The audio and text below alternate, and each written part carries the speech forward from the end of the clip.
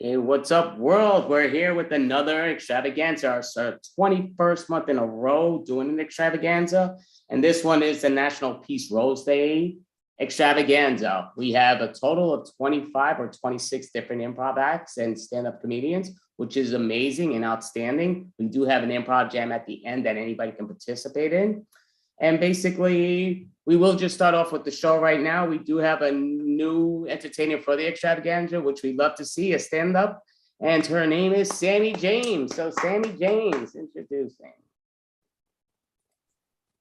Hey everybody. So I've been having trouble sleeping, but luckily a friend of mine reached out and they gave me a recording that they guaranteed is going to fix the problem. This is a recording of whale sounds. I got to tell you, it worked. I went right to sleep. The only problem is I got to find out that if you wake up in the middle of the night, really groggy from a nightmare to a recording of whale sounds that you do not remember putting on, oh, guess what? They do not sound like whale sounds anymore. No, I get to wake up each morning to the sounds of people dying. I don't know about the rest of you, but that is not really how I like to start my day. However, if you're cool with that, though, you should totally go find a recording of whale sounds. It will put you right to sleep and then scare the shit out of you. Speaking of scary experiences, I just visited my parents. That's not the scary part. My mom watches a lot of true crime murder shows, and she was watching one that was particularly rough. So she sensed my discomfort, and she offered to put something else on. But before I could respond, my mom says, "And don't worry, I've seen this one 3 times anyway, so it's okay." Yeah, I'm sorry, Mom. I'm sorry, but if you are watching this that much, the assumption is she is practicing. She is studying. Mom has someone picked out. I won't eat her cooking anymore, and I'm a little scared to go back there. I know what I've done. I know I'm on that list. This was even scarier because at the time, I did not know where my dad was. Now, actually, I haven't heard from him in a little while. I should, you know what? It's not important. Let's keep going. More about me. I don't like texting because autocorrect gets in the way. Yeah. Thing is, I have a unique problem with my phone, and that is that my phone is, I am convinced, possessed by, this is the only option, possessed by the ghost of an angry, bitter, toxic baby boomer. Okay? I know this because of the choices my phone makes. Okay? The corrections it chooses to act on. My phone just keeps changing selfie to selfish, protest to inappropriate, pronouns to prostate. That one's weird. And queer and trans to, are you sure it's not a phase? Why are you bringing it up at dinner? I am a trans person, and because of this, I have unfortunately been no stranger to awkward, uncomfortable, and even unsafe experiences. Like one time, this guy saw me, he ran up to me, he got in my face, he grabbed me, and he shouted, "You will never be a man." Now that's awful. I think we all agree on that. Don't ever do that to someone. But here's the thing. I am a trans woman. So this bigot accidentally made me feel really validated. Okay, he was so confused when I thanked him, even more so when I hugged him. But gosh darn it, sometimes a girl just needs to hear it. I mean, seriously, be like that guy. Also, don't be like that guy. I've been thinking a lot lately about younger me and the time in my life, the childhood that I spent not out. Okay. Now, like a lot of LGBT people, there were some signs if you looked close enough. But mostly, it's just some stuff that's really funny in hindsight. Like, my favorite place to play as a small child was my closet. What? That's amazing. The only thing that makes that even better is how many times when I was a small child, a parent would shout up the stairs at me, "Hey, come out of the closet and eat." Of course, little did my parents know I would one day grow up to do both of those things. That's a queer sex joke. Let's move on to another one. Every trans person's different, okay? We all feel differently about our bodies. Our lives are all different. We all have different lived experiences. And I remember this is summed up by, I remember when I was going through puberty, I would look at certain parts of my body and I would say, oh my God, why can't you just go be detachable? That is a strap-on joke. I told you it was coming, still surprised you.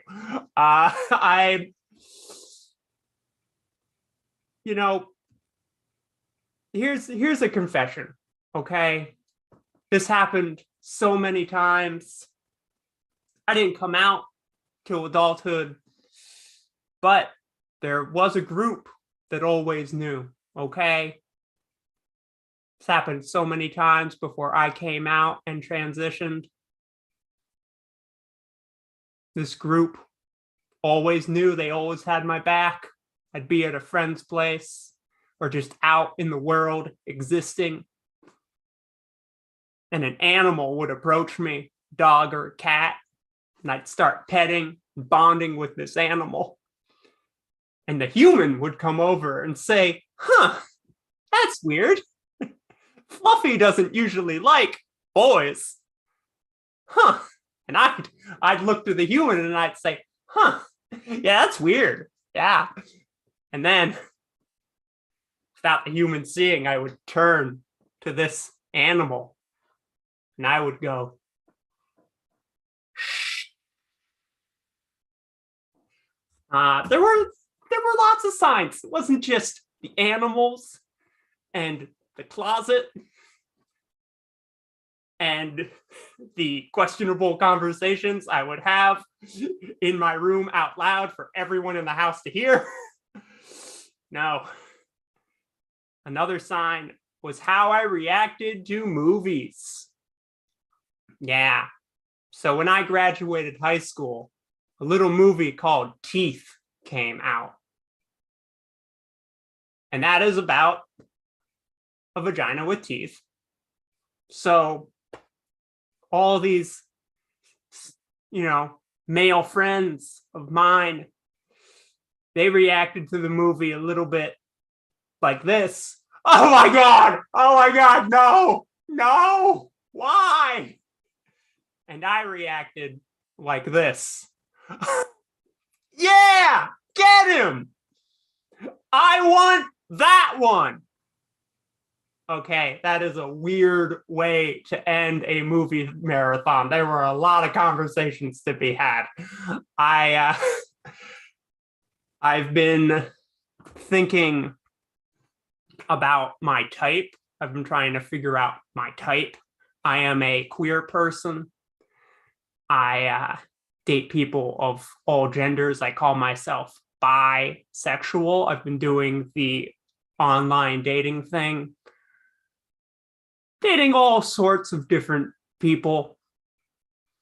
I've been using something called OkCupid. I don't know if you've used this, but if you have, you probably know what I know. Okay is a bit of a stretch. It is barely serviceable, Cupid, at best. Okay? But I've gotten to have some great experiences. Okay, I am a bisexual. I mentioned this, and if you are a bisexual woman on a dating app, there is something that will happen to you. You will receive requests by couples to be their third. Yeah, that'll happen. And my question to these couples is, why not me? Okay, I keep hearing these stories from other people. I want to be able to say no. I'm saying no. The answer is no. But gosh darn it, sometimes a girl would like to be asked. That is an older joke, because guess what? It's happened. I got to say no. And that is not the only unique experience I've had on dating apps. You see, one of the most interesting experiences I've had on dating apps happened when I started dating my last partner. We've since broken up, but at the time, we just started dating, and I got these messages from an older woman. My first thought was, oh my God, I need to delete the dating apps. My second thought was, wow, that 65-year-old is hot. My third thought was, wait, have I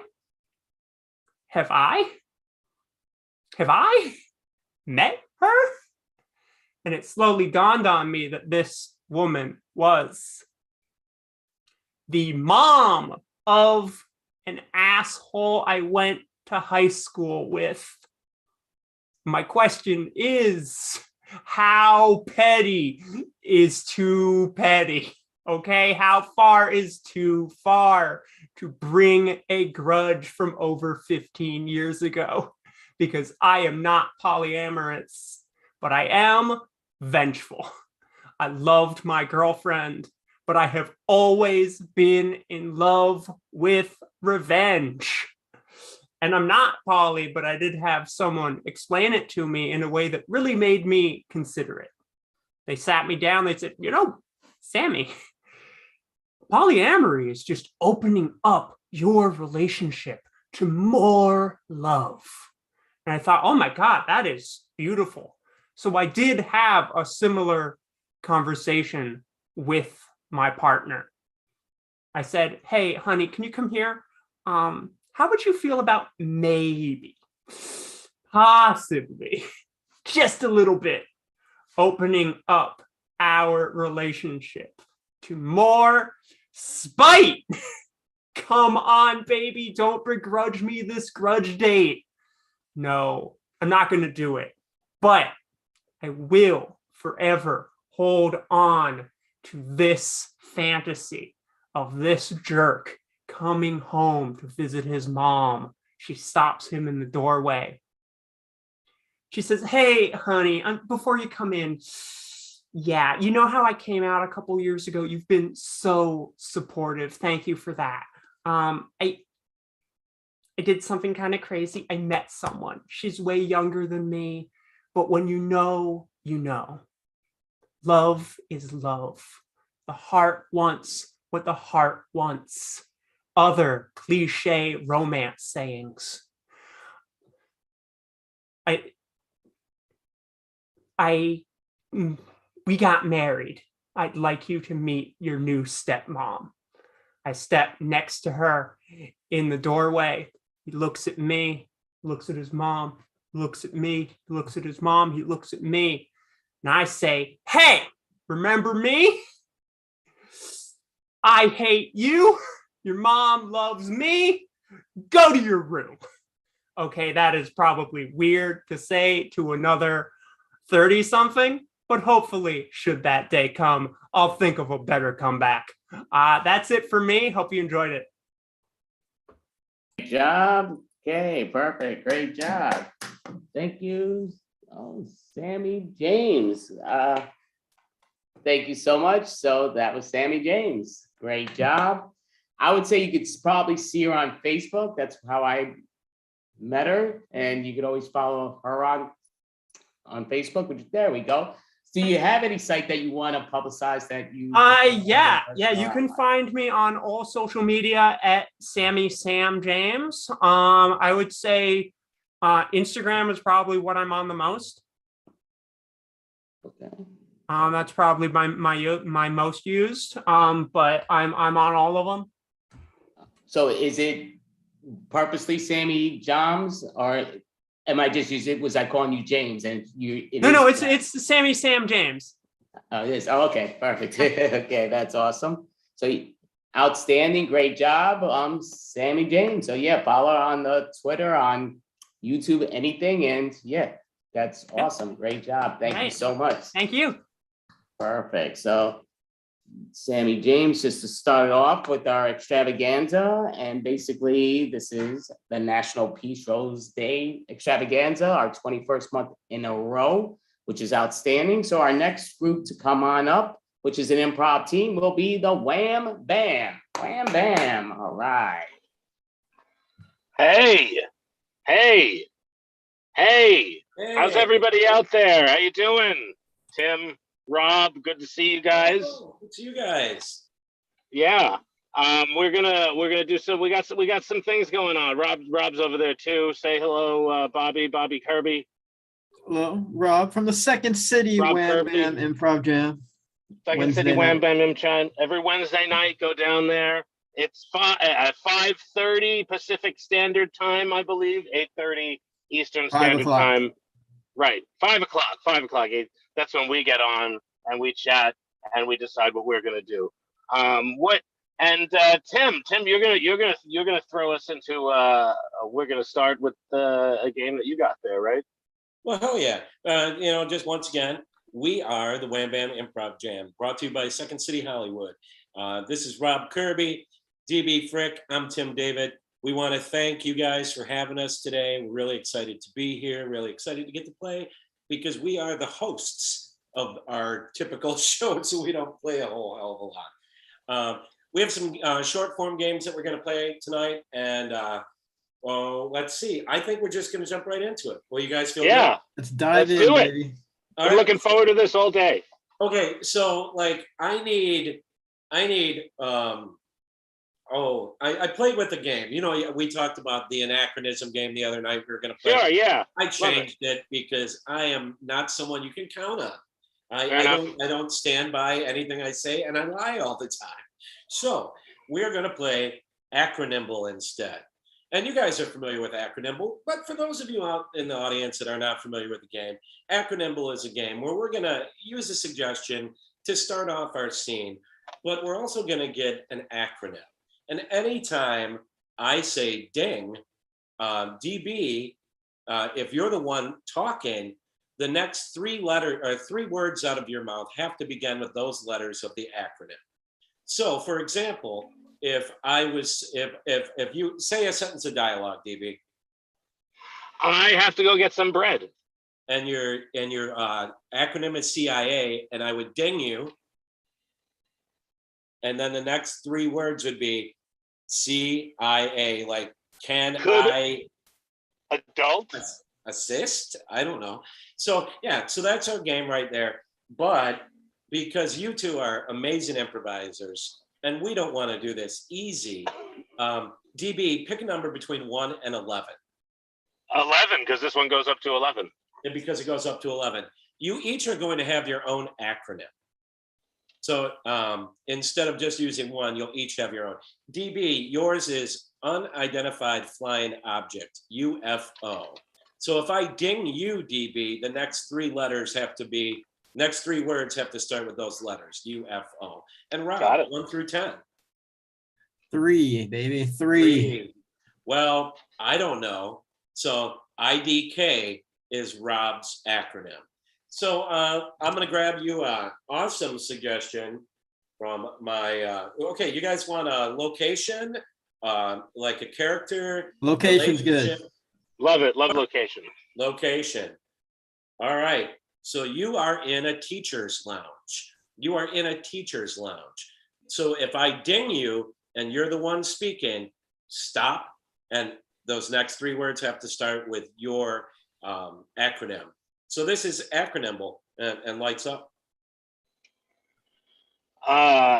It's really nice to be able to get into the teacher's lounge every once in a while, isn't it? I don't think you're supposed to be here. What do you mean I'm not supposed to be here? Teachers only. Why? I mean, you're such a punk kid. What are you doing in here? Right, but I can hang with you guys. I'm cool. Dang. I'm good. Iridescent. Good.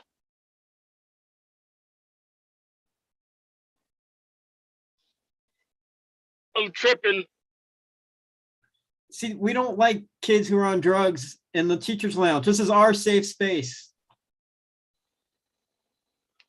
My safe space is right here in my head right now. Well, maybe you should use that head to start studying. Maybe you do better on the Ivan didn't know what to do, and he was your brother, and he flunked out. So, I mean, you should be better than him. You should learn from his bad example. I am better than my brother. I don't like that you're comparing me to him. I'm triggered. Now I'm triggered, and I'm going to call the local. Could Larry never do the right thing? Come on, just once. Just Larry, just do the right thing. Hey, I didn't like Larry in Three's Company. I don't like Larry in my teacher's lounge. What we need for you to do is get your lunch and go out to the cafeteria, eat with the other punk kids. Ding. Instead,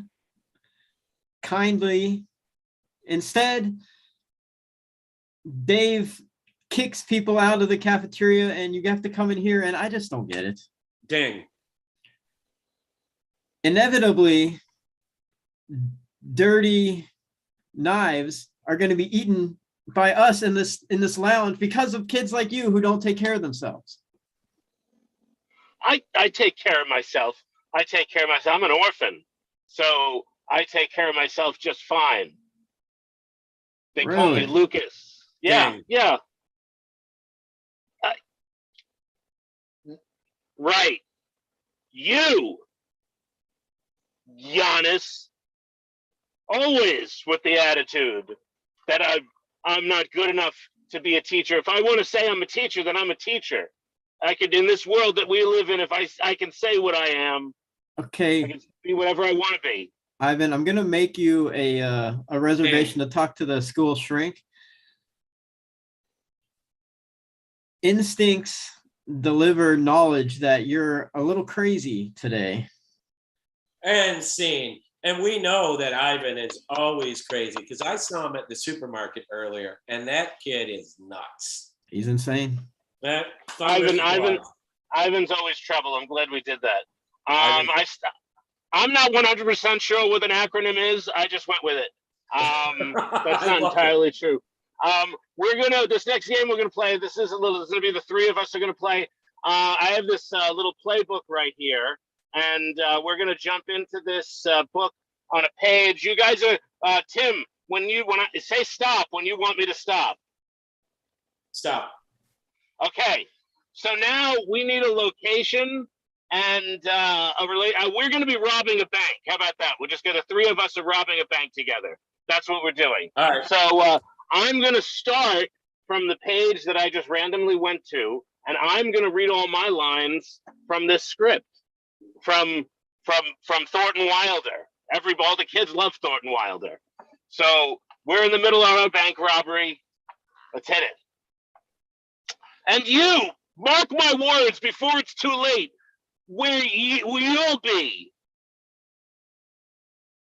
Well, if you don't lighten up, we're going to be in jail if we don't get this going quickly. And I gotta say, I'm a little disappointed that you forgot to bring any of the bags. It's hard to carry all this cash without a bag. The croaking raven, old dust and ashes, rags, bottles, sacks. And you didn't empty all that stuff out of the bags? I mean, come on now, we needed them. And I don't really want to be the Shakespeare bandits. I mean, can we talk freaking normally for a change? Yeah. Enjoy yourselves. Enjoy yourselves. They disappear. Nah. I'm with you, Jerry. I cannot keep this up. I liked your idea, just putting on ski masks, coming in and robbing the place. Yeah. And then Bob here loses. I will enjoy I'm going to enjoy myself big time. It's going to be a lot of fun. Holding people hostage, getting money. Ooh, yeah. Gladys Antrobus, stick your stomach in. Don't say my middle name while we're in the middle of a robbery, you son of a bitch. You know he's sensitive about his weight. We need him on his game right now. We can't have him frazzled if you're making fun of him. Elijah, that's been said 1 billion times. Yeah, because it's an issue. It's a trigger with me, okay? 1 million times. 1,000,001 times. It doesn't matter. I'm still going to be triggered by it. Ooh, speaking of trigger, I got a hair trigger for that guy over there. Oh, hell yeah. I'll put your all out. I'll make you yell like you never yelled before. I think we need a new leader of our gang. I don't know. He's kind of got a good idea there. Let's make him yell like they've never yelled before. I've never seen him take the initiative before. That's true. What is this? Put down that slingshot. There were no extra guns. What the fuck did you want me to do? And we don't want to kill anybody. We just want to scare them. So the thing shot, it'll sting, and they'll know they need to give us the money. Yeah. See? That's right. You're right, young man. There are too many people in this world as it is. Everybody's in the way, except oneself. Well, that's pretty deep. I didn't realize. Maybe I'm in my own way. If I'm getting in the way, I will leave, and you rob whatever you want. I apologize. All I wanted to do was have some fun.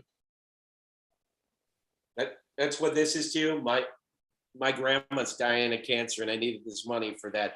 And this is fun to you?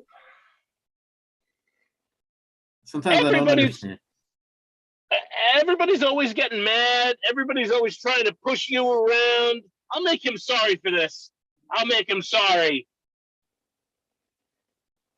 Well, I still say this is the first time I've seen initiative. Maybe he's gonna make them sorry. I don't know. Don't punch him. You're gonna leave DNA, and then we're gonna get caught. I'm not going to jail for you because you're a moron.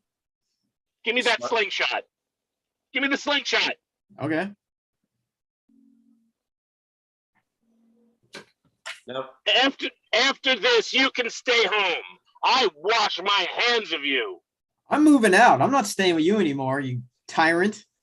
Well, if you're getting a new place, do you mind if I stay there for a couple weeks? I mean, Yeah, we got money. We're gonna get the best pad.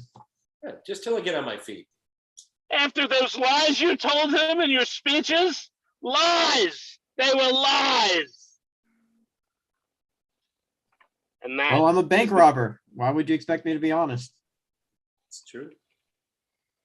And that's the play. That's the play. Oh, I think we're going to end it there.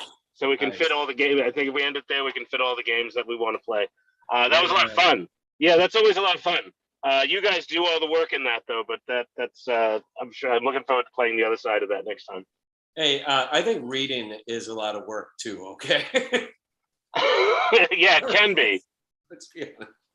All right. The next game we're going to be playing is called 1 Hour Later. This is where DB and Tim are going to be in a scene, and I'll at any time say 1 hour later, 10 years later, and you get the gist. And they just carry on until I'm bored and say end scene. All right, you guys, and my random generator here for theories. What's wrong with me? You are at the beach playing catch. The scene begins. You're at the beach playing catch, and take it away. Hey, Dad. Thanks for playing catch. Thanks for playing catch with me today. Well, it's my first day off in a while, and I wanted to devote it to you, buddy. Thanks a lot, Dad. I really appreciate it. I love you, Dad. Whoa. No. That's not the words that you and I say. We say, hey, buddy. We don't say love. I know, Dad. I'm sorry. I was wondering if at the picnic when we go today, I could actually call you Daddy instead of by your first name. And you know what? I was thinking about that too, and I'm glad you brought it up. I think Mr. Henderson probably would be a better way to address it. 1 hour later at the picnic. Mr. Henderson, I don't know why I had to do this with my shirt off. Why don't you go complain to one of your parents or something? Why are you coming to me? Why are you bothering me? I wanted to know if it would be all right if I dated your daughter. Now, I don't know. Okay, bring it in. You know, this whole Mr. Henderson thing is just in front of people. You know, my daughter is actually your sister. Let's I'll say it in public that yeah, you can, because I don't want my friends to know you're my son. But you know we can't do that. Come on. Yeah, sure, buddy. You can date my daughter. Yeah. Thanks, Mr. Henderson. I was also wondering, Mr. Henderson, if that's what I'm gonna call. I'm gonna have to get used to calling you Mr. Henderson. Mr. Henderson. If I get, I want to put my shirt back on. Thanks. Oh yeah, you absolutely can put your shirt back on. Not sure why you made me. Listen. One day later, you're at the beach going surfing. Okay. So put your shirt back on. We're at the beach. You do not want to show that body off right now. But Dad, I'm sorry, Dad. I didn't know. Oh my God, I'm so sorry. Yeah. I called you Dad in front of everybody. Oh God. All right. I'm willing to take. I'm sorry. Okay. If you need to do what you need to do for me saying you're Dad. I can't do this to you anymore. I love you. I love you. I've been going to see a psychiatrist, and I've been working on it. I love you. Can I call you son? Yeah, I wanted to talk to you about that. No. I don't think that I want you to call me son at the beach anymore. Ooh. It's a little. I know it's kind of like full circle, kind of thing. 1 month later, the son just got out of therapy. Oh, so how was your session? I mean, you really messed me up. Yeah. You really messed me up. I mean, this is all your fault. End scene. We love it when people get messed up by their parents. That's why we're all in improv in the first place. Yeah, so let's just jump into our fourth game now, right? Yeah, let's do it. We got some time. It's going to be a quick game of new choice. So I'm going to go off camera. Let's get you guys a suggestion. What do you guys want as a suggestion? Something Line of dialogue, awesome. Emotion. Well, no. What did you say? What was the first one you said? Line of dialogue. Sure. I like that. I feel so regretful. Is your line of dialogue. Whenever I ding you, if you're the last person speaking, you're going to change the last thing you said to something completely different. So, like, for example, if I said, Rob, what did you have for breakfast? Toast. Ding. Human brains. Ding. Snot. And that would be the reality of the scene. So as the scene continues, that would be what Rob had for breakfast. So, yeah, that's new choice. So your line of dialogue is, I feel so regretful, and lights up. I feel so regretful. Well, you just ate 5 pizzas in like an hour. You should. I thought I could do it. I mean, I know I'm getting older, but I used to be able to do like 35 of those things. New choice.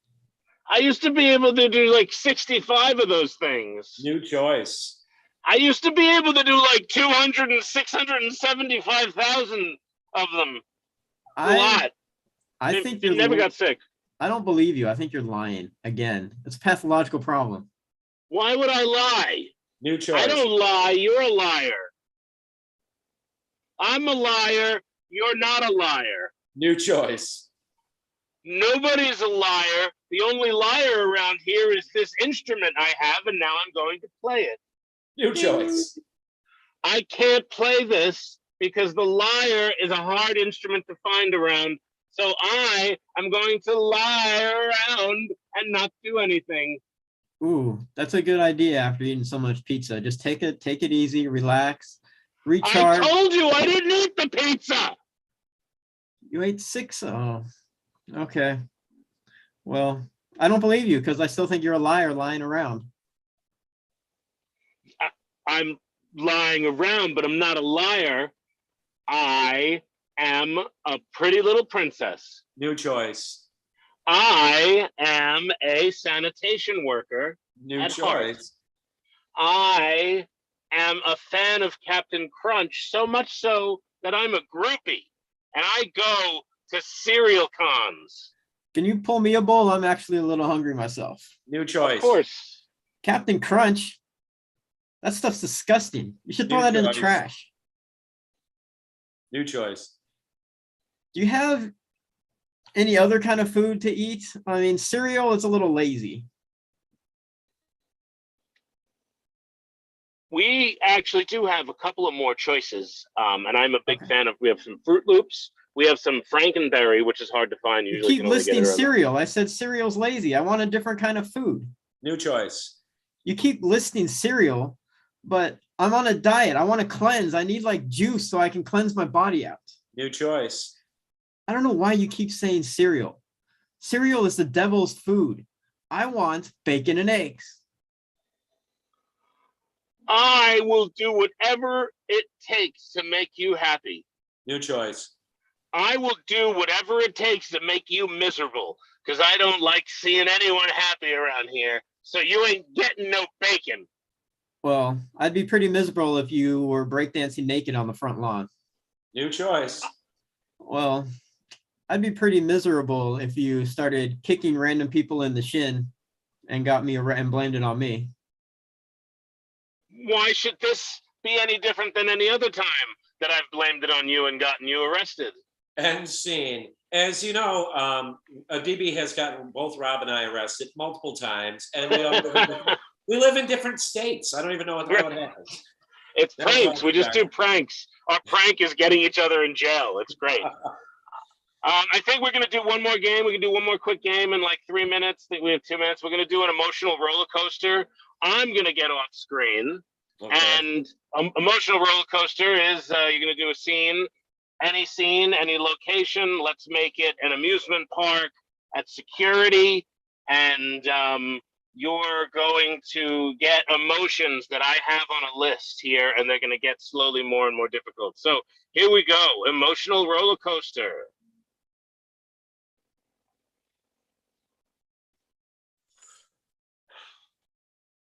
You got nothing on me. I could hold out all day long. You know what you did. You know. Well, were those cameras working earlier? Oh yeah, you know, they weren't recording, but they were working. Yeah, so you got nothing on me. I'm not worried. I saw you with my own 2 eyes. What do you mean? What do I need a camera for? But how thick are those glasses? Your eyesight can't be trusted. Happy. You don't think it can be trusted.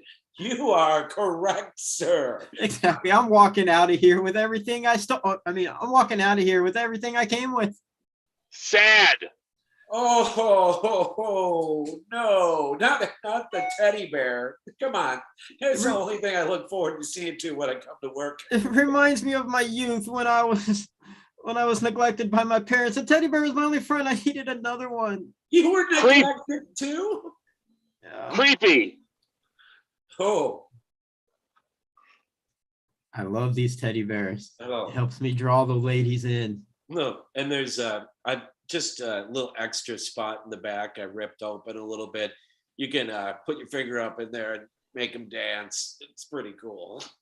Ooh, Dehydrated. this is. I'm a little parched. You got me under these lights. Would you mind if give me some of that, man? This is cruel and unusual for a security guard treatment of a suspect. You are not a suspect anymore. And that was water, but I took acid earlier, and I swear to God, you look like God to me now. Please give me some water. Anything for you, my Lord and Savior.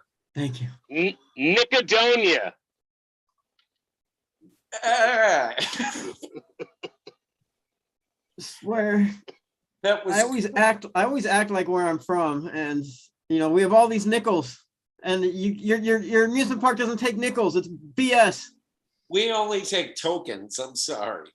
I hate that. I hate that because you get all my nickels when I get the tokens, and then I spend more than I want.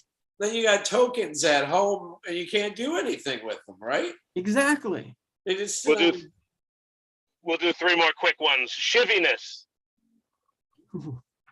Yeah, that's right. People throw the nickels at me as a dance form. Arms in the air, A baby. dance form. Have some tokens. Crapulence. What was it, TB? Crapulence. Oh, I just took a huge crapulence. It's horrible. My stomach's killing me. Yeah, I took way too many stool softeners today. Ooh. I thought that's what I'd do if I got busted. You'd let me out. Well, And that happens all the time. People take the crappy. And we'll end with Kruthy Poochels. I tell you, if you start making out with a dog again, I'm gone. I'm gone. I can't stand people making out with dogs. That acid is still kicking in. Where's the dog at? I think you laced that water you gave me with some acid. That was great, guys. That was really funny. That was emotional roller coaster. You really brought us through an array of emotions. Thanks, guys. Thanks for the words. Well, thanks for the words Rob and I did not understand near the end. Oh, do you want to know what they were? Let's go over what they were. Kruthy Poochels is a fidgetiness that comes from being cramped. Oh. Nicodemia is the feeling that comes from the anticipation of success. Shiviness is a splinter or thread, and crapulence is excessive debauchery.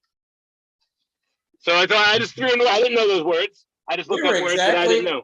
Rob, we did them exactly correct. Exactly. Yeah, you did. They were exactly on the ball. So Smarter than we Andrew thought. Abramson. Andy! How you guys doing? Thank you so much. This is, sorry about that. Yeah, so I'm just looking at the wrong paper. This was Wham Bam. They have it all big on that. I see more people are popping in for our next theme, so I don't think everybody's here yet, but this is Improv Wham. Do you have a website you want to advertise to let the world know, or even in person or anything? Yeah, we have a Facebook page, Instagram page. We're the Wham Bam Improv Jam. That's all you have to do is type that in. It'll pop up. You can also find us on the Second City website. Individually, you can find me at The Real Tim David on Instagram, Tim David on Facebook, and The Angry Pink Spider on Twitter. You can find me at DB Frick most places, Instagram at DB Frick 1977, Google DB Frick. I think I'm the only one. There might be a guy who plays cricket, but yeah, I think I'm the only one. You can find me in about a minute because I'm sticking around for the next group too. Yeah, Awesome. Agreed. You guys were awesome. Thank you, Andy. Yeah, great job. Thank you so much. That was great. So that was Wham Bam. So before we even get to the next thing, just to give people a heads up, this is our 21st month in a row of extravaganzas. Next one will be Friday, May 27th. So if you are an improv team or if you're a stand-up comedian anywhere on the planet, just reach out to me and we'd love to have you perform. So basically, we do have an improv jam at the end, which should go on around 1:30 in the morning, I believe, which is fine. So, and that's Eastern time. I gotta remember to keep saying the Eastern time part. So basically, we will introduce the next team, a great team in general. David Pazanski rises up. David Riley Pazanski with Extreme Improv. Perfect. Whoa! Thank you, Andy. Hello, everyone. And everyone else from the Extremes family, jump on board. Boom. And my camera is now working a little bit better again. Hey, Rob. Like, Hey. it feels like you were just on screen. It's crazy how that works sometimes. I know. Hello, Ruth. How are you? Great. How are you? I am fabulous. We have Jessica here. Look, I'm doing the intros. I'm not supposed to do it this way. So on the show tonight, this is the Extreme Improv Extreme Show. On the show tonight, Rob, say hello to the people. Hello, everybody. My name's Rob. If you weren't tired of watching me for the last 30 minutes, you get me again. Well, don't worry. We'll make sure they get tired of you. So also on the show tonight, we have Jessica. Say hello to the people. I'm Jessica. I'm coming at you from Hamilton, Ontario, Canada. A little-ish from David. Oh, there we go. Now, also on the show tonight, we have Ruth. Say hello to the people. Hey, how you doing? Coming to you from Southern California. Great to see you all. Good. It is also great to see Andrew. Say hello to the people. Hello, people. I'm Andrew. I'm currently at a travel lodge in London in the UK. Excellent. Well, there you go. I just thought, I was certain we were just going to see like the corpse of a dead prostitute then, but whatever. Right, Marty, say hello to the people. Hi, this is Marty. I usually live in Seattle, Washington, but I'm in the room next to Andrew in the travel lodge in London, listening through the wall with a cup in my ear. Okay. Now, with that, we are going to get on with bunch of short form improv games, and the first of which is a game called Verbatim. The way this works is we're going to have one of our performers perform a 30-second dramatic. Oh, we also have DB. Hey there. I was trying to change my background, so I had to sign out. Thanks for taking me back. What's in front of you? Because as you lean forward, the top of your head gets cut off. Oh. I got nothing. That was a visor from a car. Okay. I have a very blurry car. The car is really blurry. It's not just the video. Well, that's why they call you the blue blur. Right. So with this, DB, you can start things off here. I have got a random suggestion of a word for you. And the word is authority. You're going to have 30 seconds to perform a 30-second dramatic monologue on the theme of authority. Let me just see if I can put you on spotlight. I can't. Oh, okay, yeah, I gotta give me time. I'm sorry. Oh, look at that. My psychic link worked, and instantly I could hear Andy, just like in my thoughts. But in a second, I am going to put you onto, I'm going to put you somewhere. DB, you're going to be on spotlight, and you will have 30 seconds on the theme of authority. And here you go. I am in charge now. Me. All those other guys, I killed everybody else. They're all dead, and there ain't nothing you can do about it. And if you F with me, you're going to be dead too, because I'm in charge now. In fact, my new nickname is going to be the Authoritarian. When you hear that word, know I'm a-coming, because I am pissed, and I kill a lot. I murder a lot. I'm okay. And that is time. That is excellent. Right. So with this, we're going to come to another performer. This time, we are going to come to Rob. You're going to have 30 seconds to attempt to recreate DB's original performance. And here you go. I am an authoritarian. You better watch out for me because I kill a lot. You come around where I'm at, you will get killed a lot. And I have many ways of doing it too. I don't care. Sometimes I'll use a sword. Sometimes I'll use puppets. You're wondering how I kill somebody with a puppet? Well, it's a very delicate process. I took years studying at authoritarian school to learn how to kill somebody with a puppet. Yes, that is right. I am an authoritarian. And that is time. Thank you very much there, Rob. So now we're going to take things up another notch. Jessica, you will have 30 seconds to attempt to recreate Rob's recreation of DB's original performance. And here you are on Spotlight, and here you go.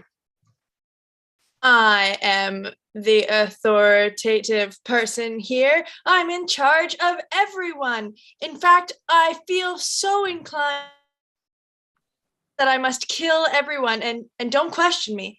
I will kill. I will kill using a sword. I will kill using a banana. It doesn't matter. I will find a way. In fact, I even have a puppet. Say hello. Hello. Do you like to kill too? Oh, I like to kill too. And that is time. That is time. I like to kill 3. But DB, we're going to take things full circle.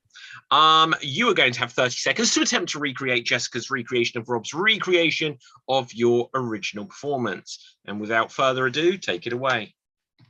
I'm an authoritarian, and I like to kill. I'll kill anything. I'll kill all of you. I killed all of them. I'll kill with this sword here. This is a sword. I'm gonna kill you with this, and I would kill you with a banana, and I'm gonna kill you with this puppet right here. Hey there, puppet. Are you gonna kill for me? No, I ain't gonna kill for you. I'm gonna kill for me. Oh, that's really messed up, puppet. You must have a mind of your own. I must have nothing to do with you at all. That is time. Now, the biggest shame out of that is I wanted to know what would happen next, but I just couldn't let it keep going on. I just wanted to know where that was going. Right, this puppet, what is the motive? But with that, so let's find out. We will ask our experts and we will allow these votes to count. We don't normally, but because we can't see all of the chats everywhere in cyberspace. Ruth, who do you think did the best recreation of what came before then? I think actually DB, I'm going to vote for DB because he had to do it twice. He did double duty and he did well. I'm good at doing double duty. Oh, DB, I was going to make that same joke about you. You got in there first. Okay, Andrew, who do you think did the best recreation? Oh, I don't know who to vote for. Everyone, they all killed it. Okay, literally and figuratively. Marty, did you bother to watch that? I did, and I'm going to vote for Rob because I like the fact that he introduced the concept of killing with a puppet. I'm going to have to think about that. Okay, so with this, we are going to have another round of this for the other performers who didn't take part in the first one. Starting this time, I guess, with Ruth. Ruth, let's find a word for you. Now, in a minute, audience, if you want to give us any suggestions, you can give us some suggestions of famous films. But for now, let's see. Ruth, could you do a 30-second dramatic monologue on the theme of cheese? Cheese is the word. And here you go.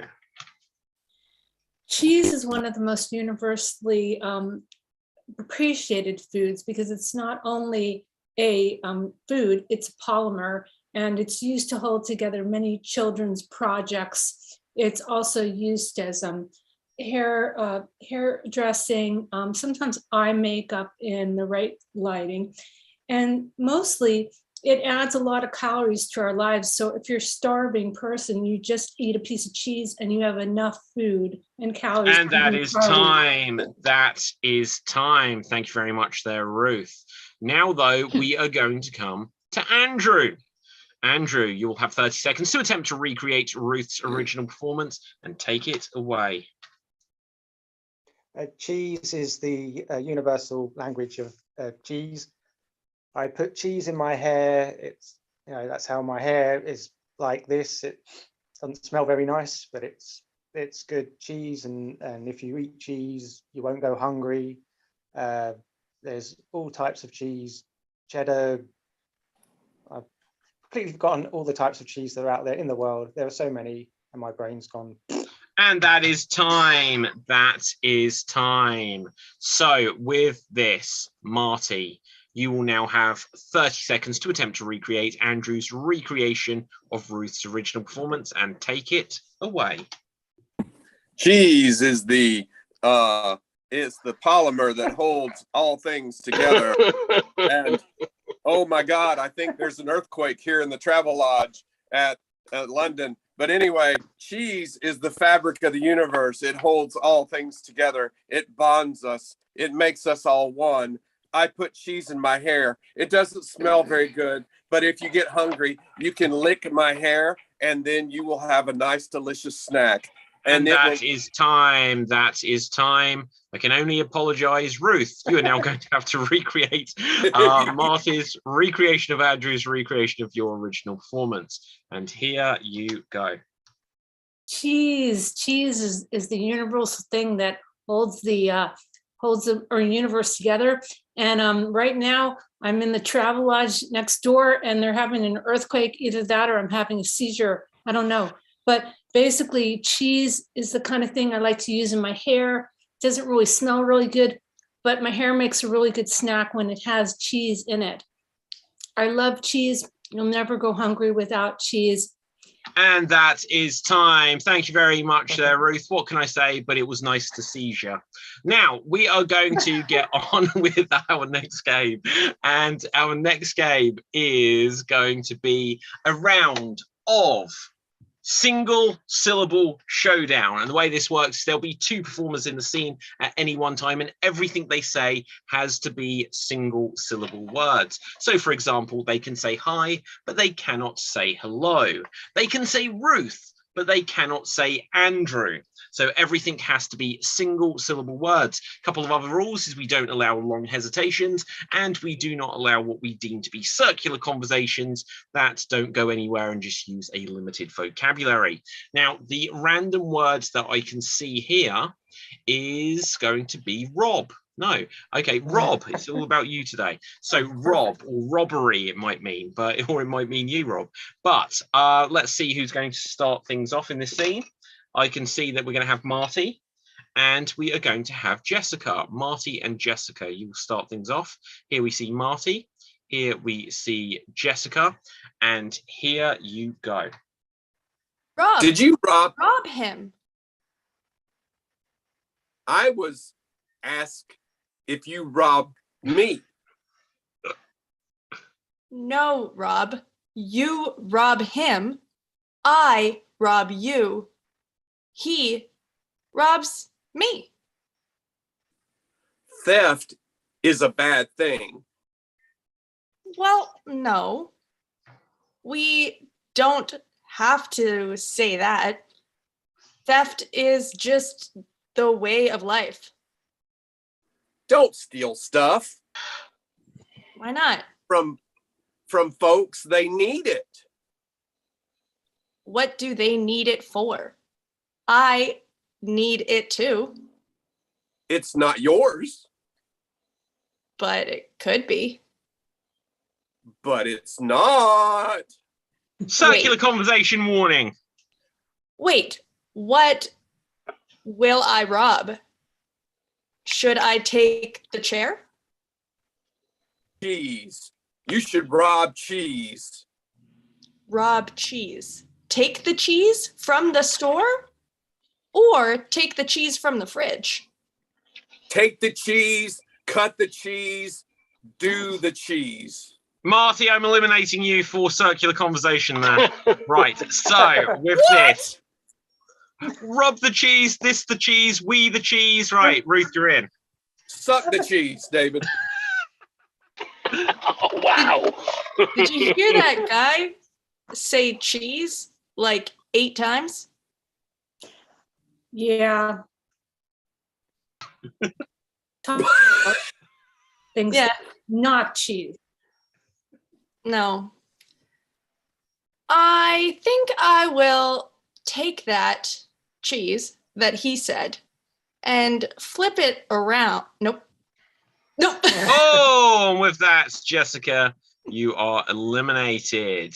Andrew, you are in. Hi, I'm Rob Cheese. Uh-oh. Nice to meet you. Would you like to steal some stuff? Sure. I'm low on stuff today. Oh, today! And with that, Ruth, you are eliminated. And let's see, DB, you are in. Sure. Let's steal stuff.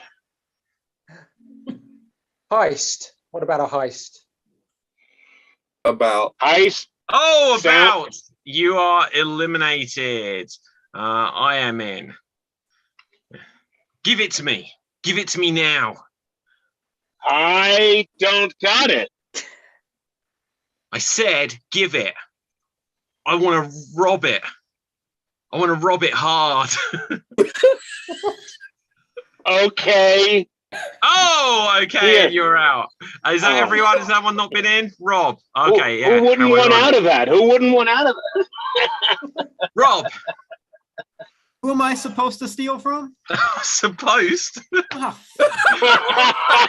That's 18 syllables. And that is it. That is it. Okay. Excellent. Excellent. It was all about Rob, and Rob stole it in the end. So, Scene Stealer. Rob sucks. Now, we're going to get on As with always. our next game. The next thing we're going to be using are movies. So, let's have a look. We're going to do some 1 minute remakes. The way this works is, to begin with at least, we're going to have one performer at a time, each given 1 minute to try to recreate a film as best they can, where they will play every character, have a beginning, middle, and end of the story, and do all of the lines of dialogue. But let's see who's going to start things off. We're going to start off. Well, Rob, you should start us off since you left us so soon Failed in the last miserably. round. Right. Okay. So, could you please recreate the film for us? 17 again. 17 again. And here you go. This is the assistant cameraman's cut. You might not recognize it. Oh, I wish I were 17 again. Those were the days. Those were the days. Maybe I'll drink some potion next to someone else and we'll look into each other's eyes. That's how most of these kind of things work, right? Oh, oh my God, I look like I'm 17 again. I'm in the body of a teenager. Oh, I was 17. Now I'm like 80 years old. Oh, and I have a cigar. Oh, that's 18 again, George Burns, not 17 again. Oh, aren't they the same? I have no idea. But what should we do now that I'm 17? I know. Oh, let's go miniature golfing. This is what 17-year-olds do. Ooh, now I got to find a date for the prom. Will you go to prom with me? I don't think so. Will you go to prom with me? Yeah, definitely not. Why not? Well, I don't know. You seem kind of old for me. And that is time. That Thank is God. time. So, excellent stuff. Let's see who will have go next. And with a roll of the dice, I can see Marty. You will go next. Please, could you recreate for us the film Army of the Dead? Army of the Dead. And here you go. I'm Dave Bautista, and we got to go to the city, Las Vegas, where there's lots of zombies, and steal some stuff. What are we stealing? I don't remember. It's a Zack Snyder film. Who cares? It's just going to be a lot of action, a lot of stuff. It ain't going to make a bit of sense at all. It's just going to be visual and stuff. I don't even know why I'm Southern right now, because I'm Dave Bautista, but I don't know why I'm talking like this. Well, this doesn't sound like a good mission to me. I think I'd rather go do something else. Well, I would too. I'd rather be making a Guardians of the Galaxy movie, but this is what I signed on for. I got to pay the mortgage somehow. Well, all right, Dave Bautista, I'll go with you. Here we go to Las Vegas. Let's kill some zombies. That is time. Oh, That no, is time. Oh. Okay, so there we go. I can't wait for Dave Bautista to do that Foghorn Leghorn movie, but other than this, right, let's see who we'll have go next. Next up will be Ruth. Ruth, let's find something for you. Please, could you recreate the film Paddington? Paddington. And here you go. Oh, Mommy, I always wished I had a bear that was real, like he could talk and everything. Oh, you just go to sleep and you can dream about that because it's never going to happen. Okay, Mom. Thanks. Good night. Next day. Whoa! Mom! Your mom can't hear you. You're a bear that talks. And that's not all I do. I'm a little scared right now. It's okay, and your mommy can't hear you. I'm here to be your best friend. My name's Paddington. Oh, Paddington. Can mom and dad see you? They can't. You want to see me. Okay, I'm right now. And let's that get is ready. time. That is time. Now, I don't really know that film. Is Paddington invisible to adults? No. Right, okay. Well, it's invisible to me. I can't watch that stuff. Right, anyway, let's see who'll go next. Jessica. Jessica, you will go next. Let's find a film for you. Could you please recreate Stardust? Stardust. And if you don't know it, make up what you think it should be. Right, and here you go. Millions and millions of years ago, bang! A big bang happened. And lots of these tiny particles formed. Hi, I'm Neil deGrasse Tyson, and this is Stardust. Earth has been around for millions of years, as it did form from stardust. That stardust then turned to tiny little organisms that we can now call life on Earth. Isn't it fascinating? Don't you feel that you've learned something today? I do. I learned a lot about Stardust. Thank you. This has been Neil deGrasse Tyson signing off. And that is time. Well done. Well done. I'm going to be honest. I learned who Neil deGrasse Tyson is because I always see clips of this guy. I didn't ever know his name. So now I've learned who his name is. Right. So who has not had a go yet? Okay. DB, Andrew, and myself. So let's roll the dice. And closest one would be me. So can one of you fine people suggest a film for moi? Billy Madison. Paddington 2. Oh, I didn't hear what that was. I said Billy Madison. Is that Adam Sandler? Yeah. Oh, I've not seen this. Right, but okay. Is it golf? That's Happy Gilmore. Oh shit. Well, it might be Happy Gilmore. Do Happy right. Gilmore. So anyway, no, I don't know. We'll just go do it. Right. So, hi there. So I'm Adam Sandler. Shoopy doopy doop is apparently my catchphrase. And my name's Billy Madison, and I was wondering if I could ask you out. I'm going to do some quirky stuff that isn't funny, but boy, will it be charming. Hey, Billy, I don't like you. Can you stay away from me? Hey, I'm just standing near here. I'm just like, doing what get away from my bedroom window. Okay. Hey, famous actor who's slightly washed up, who's playing my dad. Yep. Well, what do you want, son? I'm disappointed in you. Well, by the end of this film, I'll probably prove you wrong and learn a lesson or two, and it'll be kind of wholesome, but also a little bit rude. Hey, look, there's my best friend. It's the fat guy from Mall Cops. Hey, it's me. Right, so what are we doing, Billy? Well, we're getting up to hijinks. Are you sure? It doesn't really feel like there's a plot to this. Well, I wanted to play golf, and that's time. Right, so anyway, moving on. So, from this, let's see who will have go next. And DB, you haven't had a go, have you? Right. Could you please recreate for us the film Doolittle? Doolittle. And here you go. You know what? I don't feel like doing anything today. So I'm not going to do anything. I'm going to do little. Not going to do anything. It's going to hang out, maybe have a drink. But I don't even want to do that. I want to do so little that I don't even want to get up and go get the drink. So what I'm gonna do is I'm gonna talk to this fucking bird. Hey, bird, how you doing? I hear you talk. Quack, quack, quack. Oh, yeah? What's that? You're not feeling well? You want me to bring you to the vet? So if you can talk to me, get yourself to the vet. All right. So any animals want to talk to me? Oh, I live with an elephant too. I don't know if you know this, but I live with an elephant.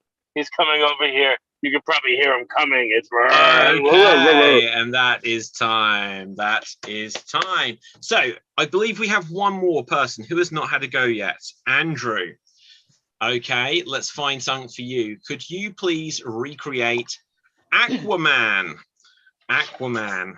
Okay, and here you go. Ugh, I'm gonna go for a swim.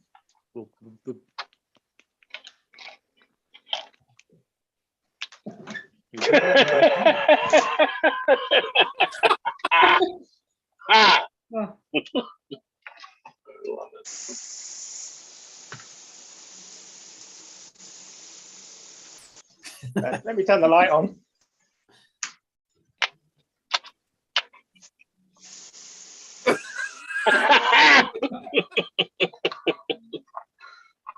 Oh, I'm all wet. I can't remember what happened in this movie. Amber Heard's in it.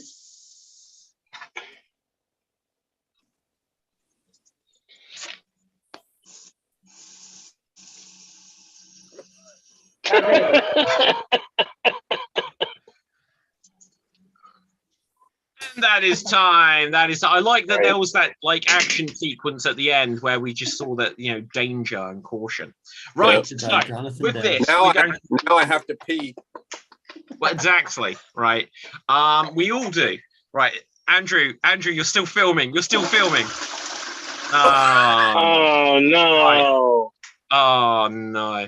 Right. So with this, let's have a look. We are going to do a round of 99 blanks. The way this works is it's a joke telling game. So audience, if you want to give us any suggestions of professions, we'll use them. But the way it works, we will tell jokes which will follow the rhythm. 99 blanks, walk into the bar, and the bartender says your punchline. So 99 name of professions, walk into the bar, and the bartender says your punchline. Let's see. The first one we're going to have is 99 chewing gum testers, or bubble gum testers, I guess. 99 chewing gum testers walk into the bar. DB.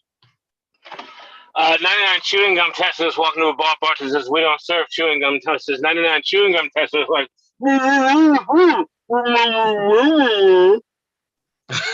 Okay, Andrew. 99 chewing testers. Chewing. What was it? Chewing gum. Chewing gum. 99 chewing gum testers walk into a bar and get stuck. Aha. Rob. 99 chewing gum testers walk into a bar. 3 of them literally dented the bar. It was a trident. Aha. Jessica. 99 chewing gum testers walk into a bar and the bartender says, no, we're not serving you guys. And they just blow up. Aha. 99 bubblegum testers walk into the bar and the leader of them sees the barmaid and she is the most beautiful person he has ever seen. He's completely lost for words. He's just like, hubba bubba. Right. Ruth. 99 chewing gum testers walk into the bar and they say, we'd like some wine, please. And they said, no, we're only serving bubbly. Haha. Rob. 99 chewing gum testers walk into a bar and one of them starts hitting on, gets really drunk and starts hitting on this girl and she didn't want to talk to him and he kept hitting on her. So she kicked him right in the chiclets. Jessica. 99 chewing gum testers walk into a bar and the bartender says, what do you have? And the chewing gum testers are like, see, I'm not very thirsty. Do you have juicy fruit? Aha. Okay. 99 chewing gum testers walk into a bar. The bartender indeed says, well, you have. And they're like, oh, I'm not really thirsty. Do you have any juicy fruit? And they say, no. They say, oh, I need a minute to chew it over. DB. 99 chewing gum testers are like, you've got some gumption throwing us out. Snap! Right, okay, Rob. 99 chewing gum testers walk into a bar. The bartender's name is Joseph, and he's telling stories. And they start telling stories about a conflict they had back in the war. And they say, well, how did you blow that building up? And he said, with a bazooka, Joe. Aha. Jessica. They continue their story, and they start talking about a mate of theirs named Mint, and they just this story about how someone had taken out a sword and just speared Mint. Aha, I like it. Marty. 99 chewing gum testers walk into a bar, but over in the corner is the cast of The Facts of Life. And so all of the attention gets put over there, and they're like, what kind of drink do you want? And they're like, tutti, fruity. Haha. 99 chewing gum testers walk into the bar, and before they can get to the bar, suddenly they're raided by the police and arrested. And the leader of the chewing gum tester says, you'll never make it stick. Jessica. And then the other one says, foiled again. Haha. Nice. Ruth. 99 chewing gum testers walk into a bar, and not very well because they can't walk at the same time. Rob. This might be geographical. The 99 chewing gum testers are in a bar, and there's a kid there in the minor leagues who just got called up to the big leagues, and they're teaching him how to chew tobacco. And they put more, and they go, no, son, this is going to be a big league chew. DB, Marty, and then we're going to mix it up. Oh, and then Andrew. 99 chewing gum testers are like, we really wish we did something better with our lives. Aha. Okay. There's no pun. There's no pun. Yeah. Marty. 99 chewing gum testers go into a bar, and they get a drink, and in the drink are all these gummy worms, and they take a sip, and they go, ooh, Wrigley. Andrew. 99 chewing gum testers walk into a bar, and the barman says, what would you like? And they say, screwball. 99 chewing gum testers walk into a space bar, and in there they're like, oh look, there's the spittoon if you want to chew backer. So with this, let's move on to a different profession, and we're going to have, okay, so we've got snooker players. It's the World Snooker Championship at the moment, but we'll say 99 pool players if our North American friends do not know what snooker is. But 99 pool players walk into a bar. If you have a joke, okay. 99 pool players walk into a bar, and because there's 99 of them, they have to queue for a long while. Rob. 99 pool players walk into a bar, and they look kind of shady, and they ask anybody want to buy an 8-ball? Marty. 99 pool players walk into a bar, and they all have goats. And the bartender says, you can't walk in here with goats. You have to put those out in the billy yard. Oh, that's really good. I was going to make a similar joke. Right, Andrew. 99 pool players walk into a bar, and the barman says, what would you like? And Paul says, I'll have a pint. Paul, what would you like? I'll have a pint too. Paul, I'll have a pint too. How about you, Paul? Paul, another pint. Pint. There we go. DB.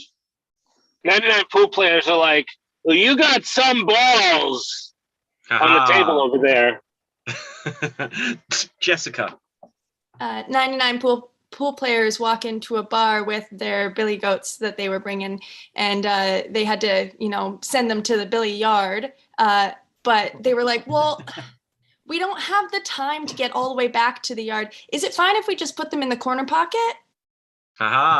Okay, so 99 pool players walk into a bar, and they've got their billy goats, and they say, we don't have time to go back to the yard. Is it okay if we put them in the pool pocket? The barman says no. They say, well, we'll chalk this one up to experience.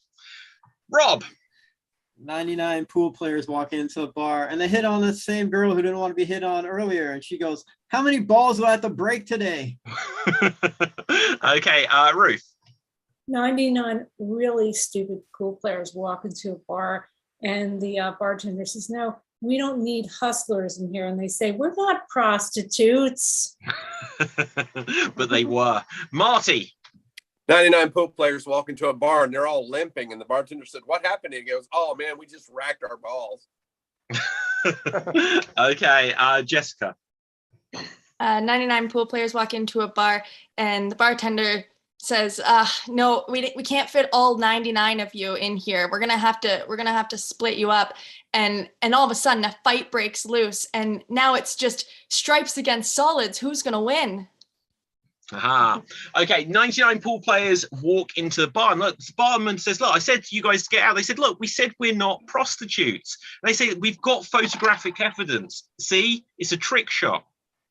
Marty. 99 pool players walk into a bar and they all start yelling their orders all at the same time. The bartender says, hey, wait a minute. That's not the way we do things here. You have to get in the queue. Aha. Andrew, Rob, and then we're going to mix it up. 99 pool players walk into a bar and they're not very impressed, and the barman says, "What's the matter?" I said, "This place is a hole." 99 pool players walk into a bar and they bang their head and they get really drunk, and it must be St. Patrick's Day because everything's green. They just say, "Why is everything the color of money?" Okay, so last one before we change games. We're going to have 99 tomato farmers, I should say, for our US friends. 99 tomato farmers walk into a bar. Okay, Rob. 8 tomato farmers walk into a bar and they go, "Isn't there one more of you?" They go, "Yeah, he's lagging behind. He has to catch up." 97 tomato farmers walk into a bra. They say walk into a bra, tomato. Right, so Jessica. So 8 of those tomato farmers had walked into the bar, and in walks 5 more. Yes, let's recall the Roman numeral for 5, and now they are V8. Marty. 96 tomato farmers walk into a bar and the bartender says, whoa, wait a minute. You can't be in here tonight. We're having dance lessons. It's salsa night. 95 tomato farmers walk into a bar and they go over to the barmaid and they say, "Hey, you're a saucy thing." Andrew. 99 tomatoes walk into a bar and George Clooney's like, "Oh, not again." Like it a lot. Okay, Jessica. 99 tomato farmers walk into a bar and one of them just starts arguing with the bartender. The bartender's not having it. He turns to the other guy and he goes, "That's a dick." Okay. Anyone else for tomato farmers? Okay, 93 tomato farmers walk into the bar and they say, "Come along, pip, pip." Okay, right. So, tumbleweed moment. Right, so anyone else got a joke? Going once, going twice, and sold. Right, we are going to move on to our next game.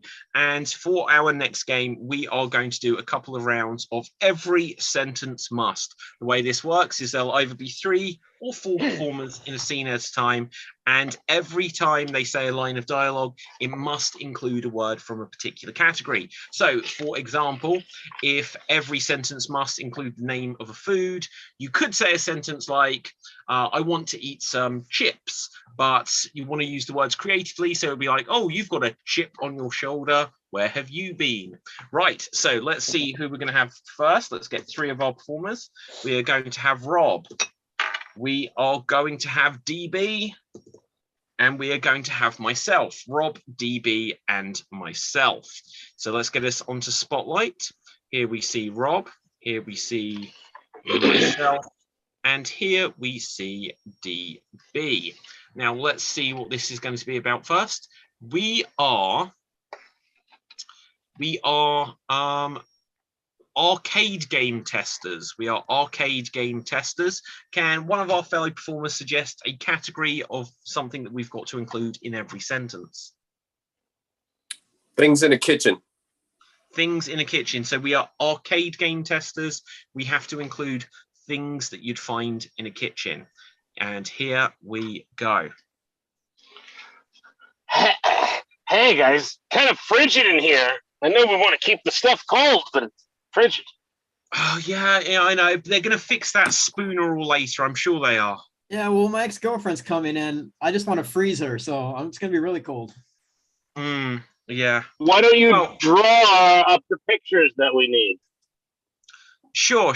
Look, we need to get lots of people in to like put their quarters into the video games, and we're trying to target the eligible spatulas because they're the ones most likely to come here because they don't have girlfriends. Oh, Ven, that's just a game we shouldn't be playing, Ben. Let's do something else. Yeah.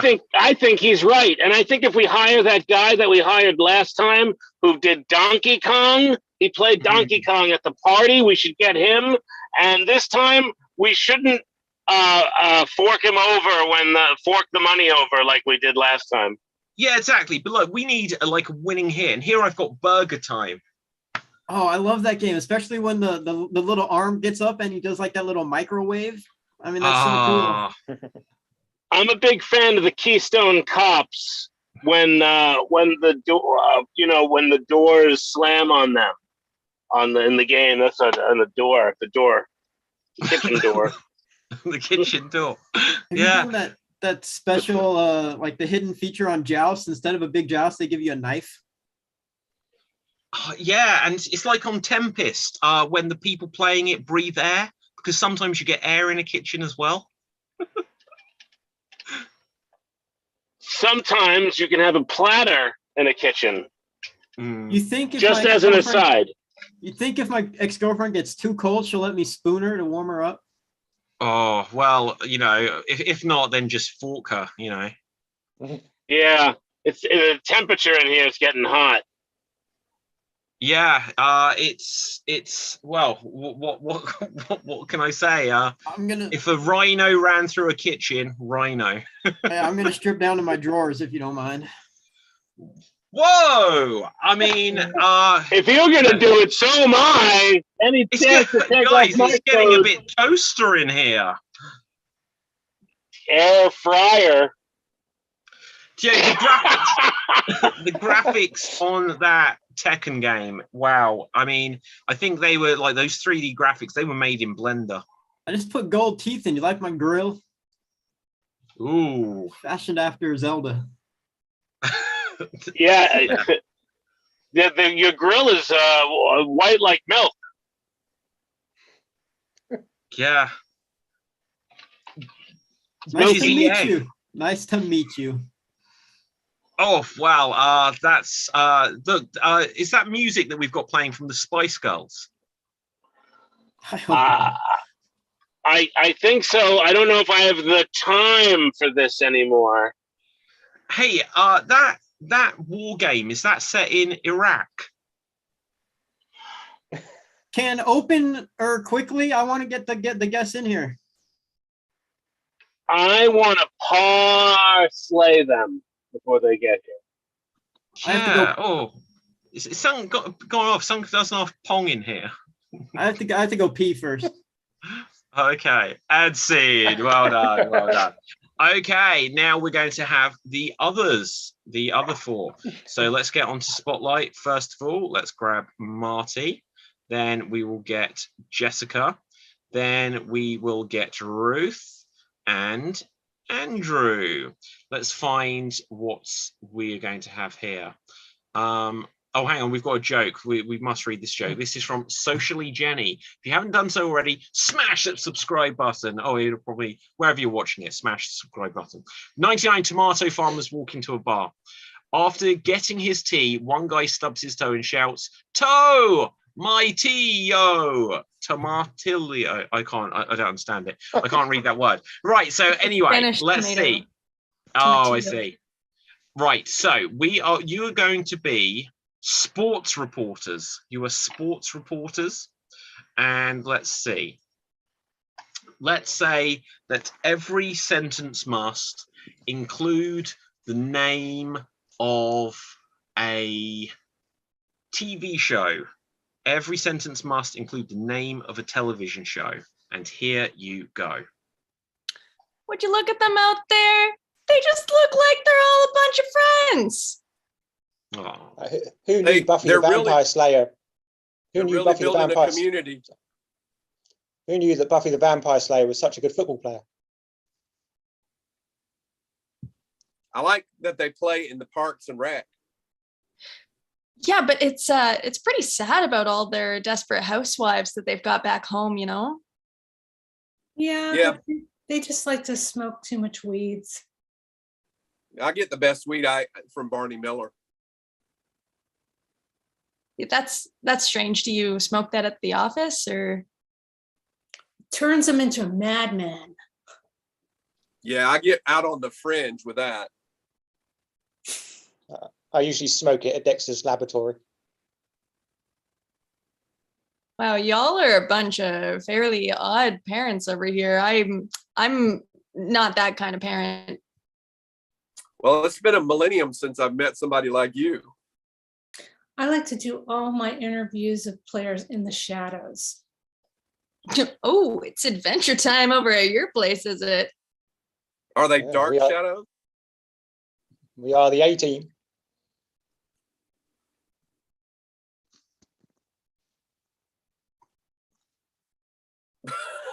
So, Reporting doesn't leave much time for watching the nightly news report. No, I wish I could keep better track of the sports nets and all these different things that I'm supposed to know about sports. I know. I feel like such a rookie. yeah, I'm more into the supernatural. Every time I interview one of these players, I feel like they're a bunch of cheaters. See, as I think that they might not be. No. I had a flat tire the other day and I couldn't fix it by myself because I only had one jack. So I got another friend of mine to come and we co-jacked that thing. Oh, that's awesome. I always have stuff to fix. I carry a million little things in my car. I carry 24 things. See, I don't really co-jack my car, but I get the bow to jack my car. Yeah. And then, later the cops stopped and helped us.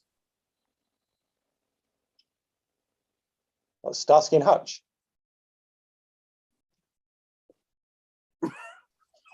No, more like Cagney and Lacey. It was Columbo, actually.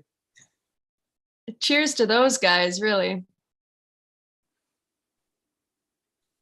Oh. At least it wasn't Will and Grace. That Seinfeld guy, Will Seinfeld? And scene. Well done. Well done. Okay. Oh my God. Right. So let's see. We are going to go on towards our finale game, I think, because otherwise we're going to run out of time. And if we might do one more joke game at the end if we have time. But let's have a look. To decide tonight's Extreme Improv Extreme Champion, we're going to do an extreme monologue. The way this works is each of us will have an opportunity to perform a monologue where we have to keep it going as long as possible without repeating any words whatsoever and without hesitating, which by that we mean an extended pause or saying a non-word such as or If we break either of these rules, then anyone else can call out freeze, and if they correctly identify that a rule has been broken, that's all she wrote. So let's see who will go first. Going first, we are going to have Marty. Marty, let's find a character for you. And you are going to be, you are Dave Bautista, and you are selling water. You are Dave Bautista, you are selling water. Let's get a timer up for this. And let's see what we've got here. And here you go. Dave Bautista here, famous Southern man. Got some water to sell you. If you're thirsty, drink my H2O. Clear, clean, brisk, cold, wonderful taste, minerals, vitamins, tiny bit fizzy, delicious. Have some. Only $1. If you act now, you Freeze. You. Repetition of you. 53.97 seconds. 53.97 seconds. Okay, let's see who we have go next, and it will be Andrew. Andrew, let's find a character for you. You are Aquaman Jimmy again. You are Aquaman. No, but it is superhero related. So you are Jimmy Jimmy Olsen from Superman, and you are professing your love for Supergirl. Okay, and here you go. I'm Jimmy Olsen. I love Supergirl. Have an ulcer. Oh, I. Repetition of I. Okay, let's see who will go next. Next up will be Jessica. Jessica, let's find a character for you. You are going to be Julius Caesar. You are Julius Caesar, and you are making a Caesar salad. Julius Caesar making a Caesar salad, and here you go. Can someone else do this for me? I don't know how to make a Caesar salad. Lettuce, tomato, something that someone else does for me. I repeated myself. Oh, do you know what? I wasn't sure. Did you repeat me? Yeah, I did. Oh, okay. And You may have been able to get away with that. 29 seconds. 29 seconds, respectable time. Let's see who will go next with the roll of the dice. It will be Rob. Rob, so let's find a character for you. Okay. You are going to be, for us, you are Maggie Smith, and you are cleaning out the spiders. You are Maggie Smith. You are cleaning out the spiders. And here you go. Ooh, so many 8-legged freaks. Must clean spiders. Do it on the weekend. But what is the... Kind of shot myself in the foot there. But broom, tarantulas, brown recluse, don't want to get bit, poison maybe, go to hospital. 2. Yeah. Oh, okay. 43 seconds. Very good time. Very good time. Let's see. Who has not had a go yet? Who has not had a go yet? Myself, DB, and Ruth.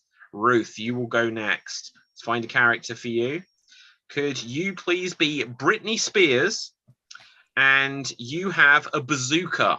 You are Britney Spears. You have a bazooka, and here you go.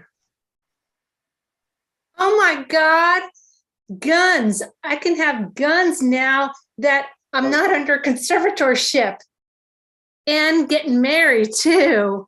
This is going to be awesome. Did you know you could sing with a gun?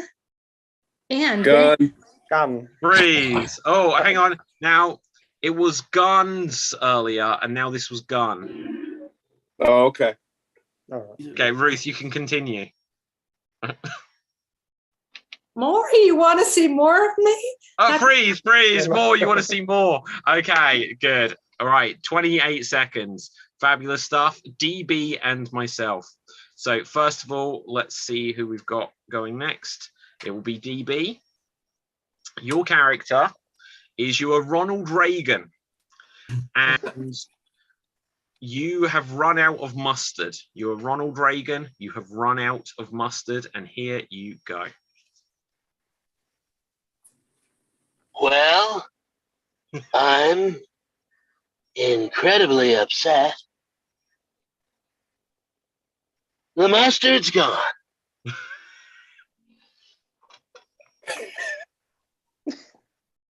Hesitation. Yeah. Oh no, I was enjoying it. Right, I'm 24 sorry. seconds. I'm sorry. Sorry, I was about to do Richard Nixon, and I was about to realize, wait, that's Richard Nixon. Okay. So it's just me now. So can someone suggest a character for me, please? Paddington. Paddington. I don't know who he is. Right, doing what? Something unusual for Paddington to be doing. Running the car wash. Running the car wash. Okay, I'm Paddington. I'm running the car wash, and here I go. All right, geezers, come on then. Gather round. Now then. So, rub hard, wash hands, soap, suds, bucket. Get in there, love. Oi, governor, bitch, hold this tire. Iron, smack, dead. Cross Paddington, 6 feet under. Son of a gun. Listen, moral is George. I don't know, I'm done. Right, okay. And with that, Marty, I believe that means you have won and you're tonight's Extreme Improv Extremes champion. Well done, well done. So, with this, I believe we've still got 4 minutes. So let's just do a couple more joke rounds until Andy interrupts us and throws us out. So what we're going to end on here is we are going to do the game Stopped by the Copper. So the way it works is, why was the blank stopped by the copper? And then we come up with a punchline. And we're going to start off with, why was the barista stopped by the copper? Why was the barista stopped by the copper? If you have a joke, give a wave. Rob. Why was the barista stopped by the copper? Because he saw him rob a bunch of celebrities. He took all their Starbucks. Ah, like it. Ruth. Why was the barista stopped by the copper? Because he was speeding and running latte. Aha. Okay, Rob. Why was the barista stopped by the copper? Because he was going too fast on the espresso. Aha. Why was the barista stopped by the copper? Because he broke the law and he says, I'm so sick of you pigs. I hate you cups. Marty. Why was the barista stopped by the copper? Because he kept stealing baby cows. He was a calf fiend. I'm going to do a better version of my last joke. Why was the barista stopped by the copper? Right, anyway, DB. Because she was on Nitro Brew. Okay, anyone else? Ruth. Why was the barista stopped by the copper? Because he really knew how to pull a shot. Marty, and then we're going to mix it up. Why was the barista stopped by the copper? No one knows, but he had to get mug shots. Okay, next up. Okay, Rob, then Rob, DB, and then we'll mix it up. Why was the barista stopped by the copper? Because the chicken was feeling ill and the barista's also a doctor. He could cure egg. DB? Because he wasn't sure where she had been. Boom. Right, so we are now going to have, why was the vegan chef stopped by the copper? Why was the vegan chef stopped by the copper? Why was the vegan chef stopped by the copper? Because they saw that they were having an illegal meeting. DB. Because vegans suck. Oh, right. Jessica. Sorry, I don't mean that. Why was the what was it, vegan chef? Yeah. Why was the vegan chef stopped by the copper? It's hard to say because he was in Mexico, but he kept saying, "Yo soy innocent, yo soy innocent." Rob. Why was the vegan chef stopped by the copper? It was a mistake. He thought he saw him rob the butcher, but when he looked in his car, there was no meat. Ruth. Because he was serving Satan. Right, okay. Marty. Why was the vegan chef stopped by the copper? Because he kept stealing everyone's salaries. Okay, why was the vegan chef stopped by the copper? Because he was caught with some illegal pornography. Jessica. Why was the vegan chef stopped by the copper? Because he was trying to sell a faux hawk. Okay, Rob. Why was the vegan chef stopped by the coffer? Because he thought he was a foreign plant to spy on the country. Okay, Marty, and then we're going to wrap that. Why was the vegan chef stopped by the copper? Because he was trying to onionize all the vegan chefs.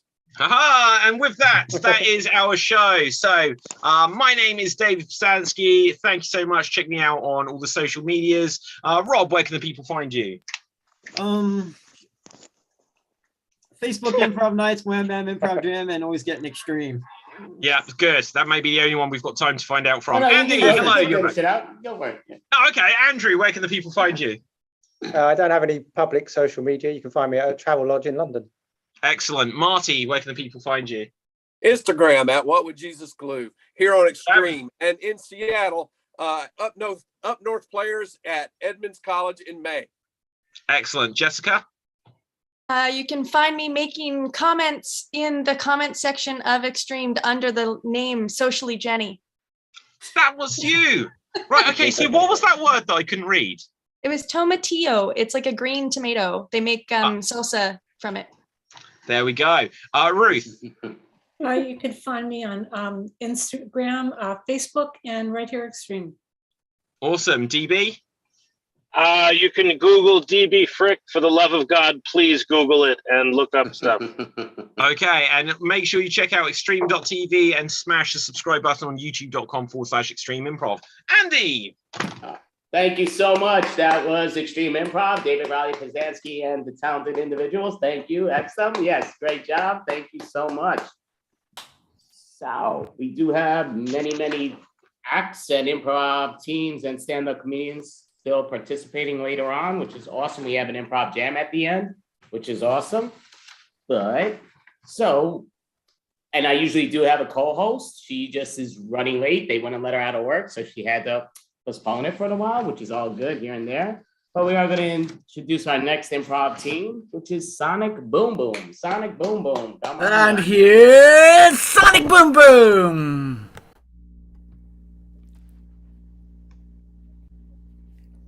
Anybody else coming?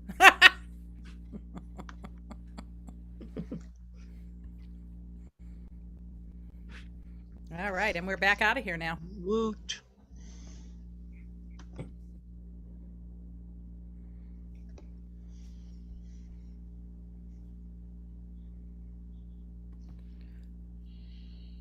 This picture reminds me of fall colors and going out. And when I was little, my grandmother would take us for walks and we would want to collect all the different colored leaves here in Maine.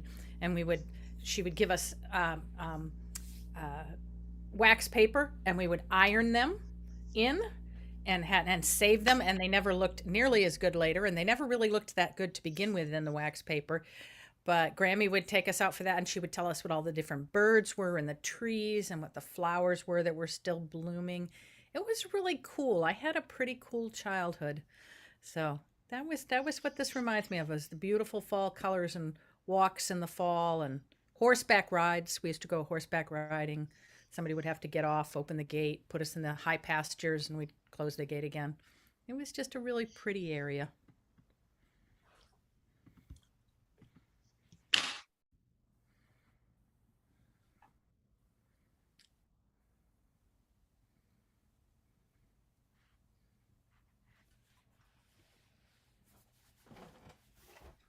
Mom,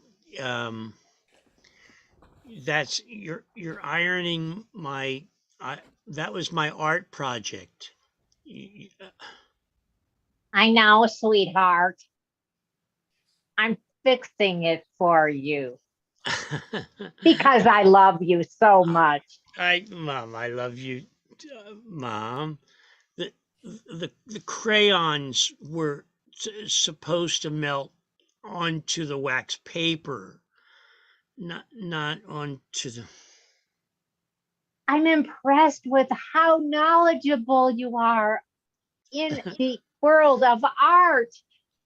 Sweetheart, you're impressing your mother right now.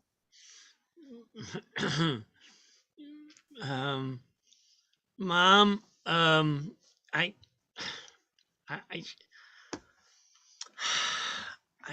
I don't know what to say to you, mommy. I just kind of, I know that you want to help, and I thank you. You're really helpful, Mom. Thank you. Thank you. Oh, I love you. I love you, sweetheart. Thank. Yeah, I'll just take those. I'll take it now. Can I just take the wax paper with them?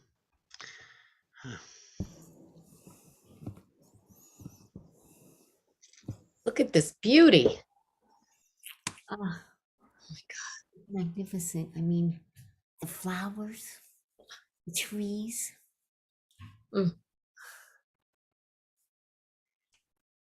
I think we're in heaven. Oh God, Sharon, I think you're right. Do you think we died?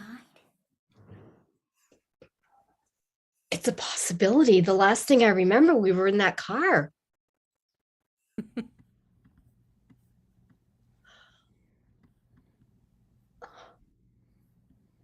It's a car coming very fast at us.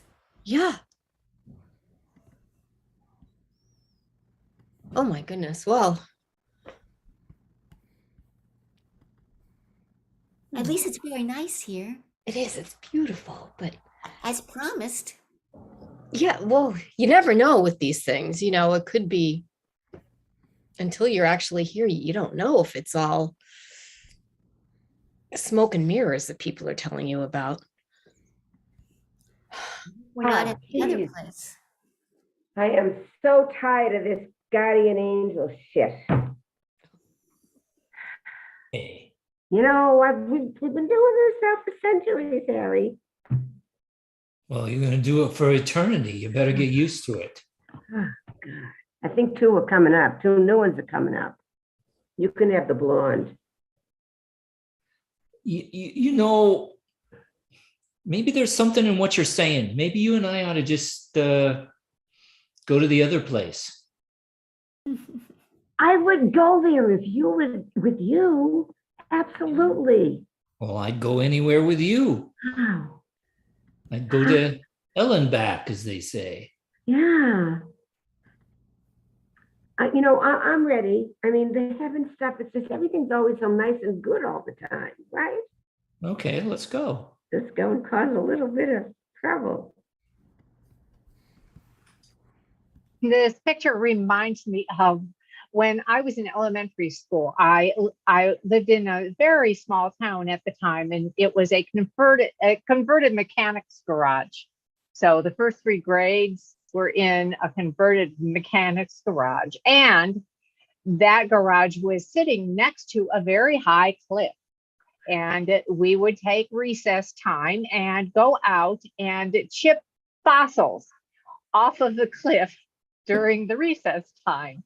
I found an arrowhead and various other things that I didn't appreciate at the time. And so then across the street was the high school. So we were all close in proximity, except it was just a very tiny town. No kindergarten.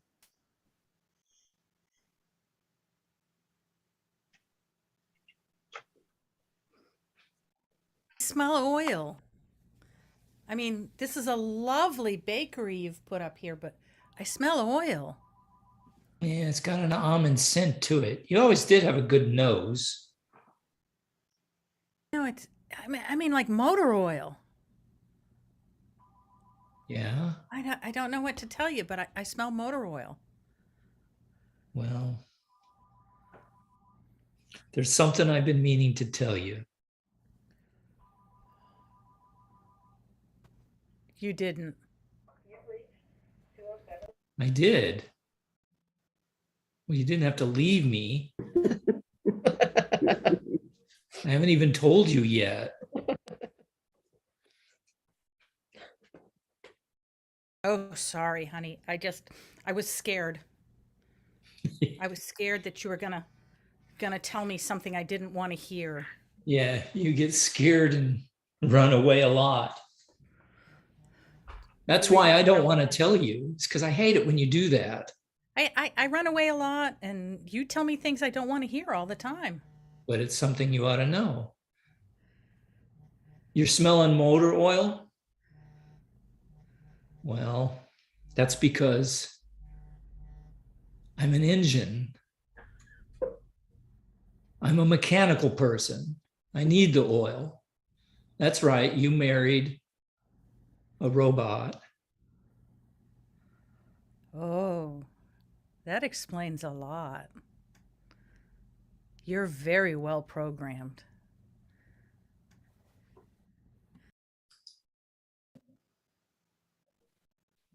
This.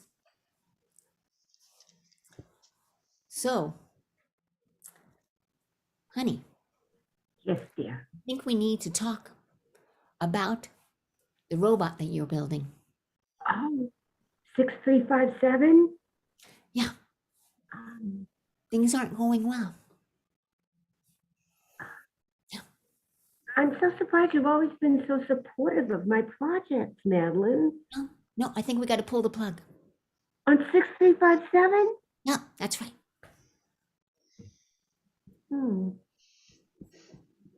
Okay.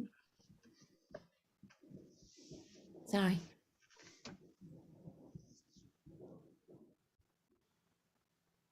What if I do 6358? Maybe you have an idea there. I mean, 65-8. I mean, I'll just tinker it with it a little and it'll do all kinds of things. So you won't have to work around the house. It'll do your taxes. You know, it will crawl into bed with you at night and cuddle with you. Yeah. Yeah, I think that one digit change might do the trick. Yeah, it's always that one digit, isn't it, huh? It is. Okay. Okay. You convinced me. All right. I'm going to start working on it then. Okay, good. All right. Thanks. You always think of something. Yep. Okay. Thanks.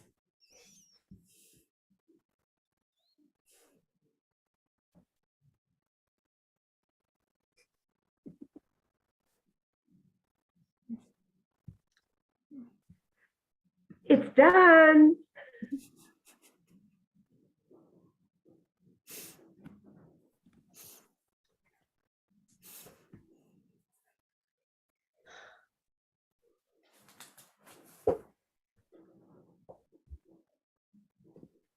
Bobby, I'm waiting. I was graffitiing the cliff, and just so you should know, the kids call that tagging. I was tagging the cliff, okay? Okay. And I fell, but I'm okay. Oh, thank God. No, I'm fine. I'm Oh my God. really fine. Are you sure? Yeah, and not only that, but if you look up at it, Judy, you can see where it says I love, and what's the name that's underneath there? What's the name after it says I love, huh? What's the name? Karen. I love you. I love you. I want everyone in the world to see it. Oh, Bobby. I have been waiting weeks for you to say this to me. It's hard for me sometimes to say things. So, I'm more of a writer. I'm so touched. Yeah, Thank you. Just don't tell your dad. Your dad's a cop, so don't tell him. Okay. He's gonna see it though. But yeah, it's. Oh, you probably will. This picture reminds me of this weird textile thing I made in high school. And I was just bound and determined to make something of it. It was kind of a freestyle embroidery on this canvas background, and it was greenish, which is why it reminds me of that. With other colors like orange and so forth, it had no sense about it. And even when I turned it in and got a decent grade somehow, I took it home. And for a couple of days, I kept working on it. It was really, didn't make any sense. There you go. Part of my high school experience, my artistic ambitions, embodied in something like this.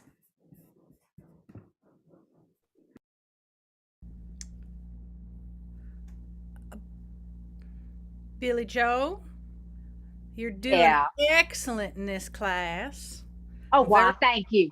I'm very proud of you. I'm glad you came to take the class, and you're really getting into that.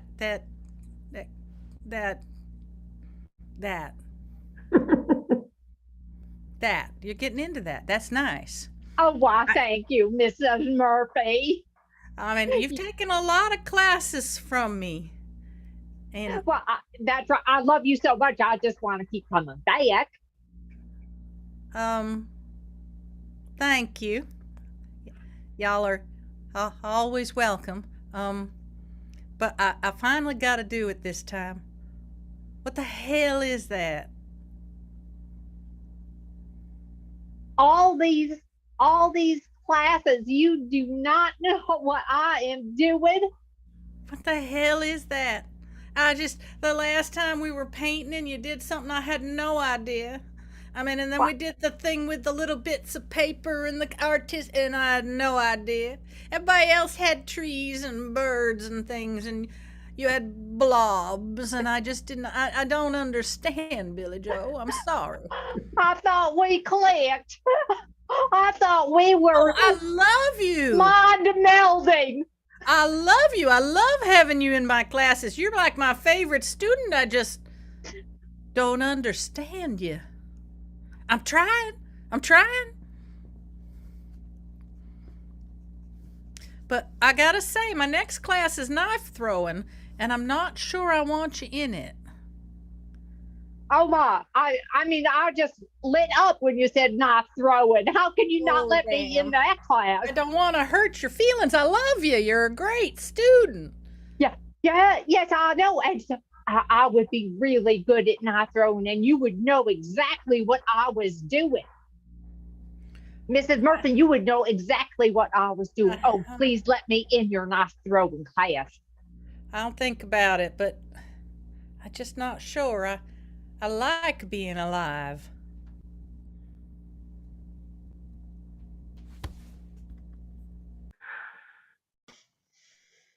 Well, you know, George, I'm glad that you're into like painting murals, but it's like every wall in the damn house is a mural. Well,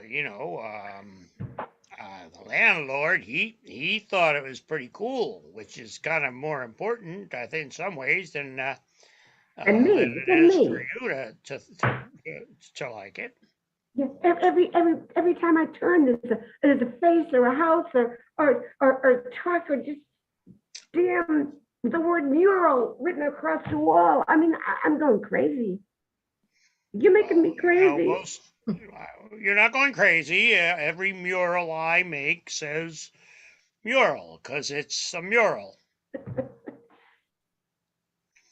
People that you know, they call us in town. They call us the mural people who live in the mural house. And now you started to paint the outside. There's murals all over the outside. Well, you probably don't want to look at the neighbor there, because I actually wrote one. I know that her name is Muriel. You have a point there, yeah. She's not happy, but I understand. But I just. I think that I guess the only thing I can do is join you. Well, I wish you would. Yeah. Yeah, just grab a pen. I'll just give you a brush. There you go. All right. We can go paint the town. There we can. Oh, I see what you did there. Did you see what I did? Yeah. Paint the town. Yeah. Yeah. Right, mural everywhere. We could be mural all over the place. Yeah, yeah, here, right here. Yeah, on my face too. Yeah. I do have one question, if you don't mind my asking. Absolutely. When I saw the other day, you had a little picture of somebody in your pocketbook, and it wasn't me. Yeah, it was not you. That's correct. It was her, or maybe it was her, or it could have been him. Okay, my name is Muriel, not Mural. Muriel. And, Oh, and, sorry. and I don't like it when people hit me with paintbrushes. I just don't like it. I'm sorry.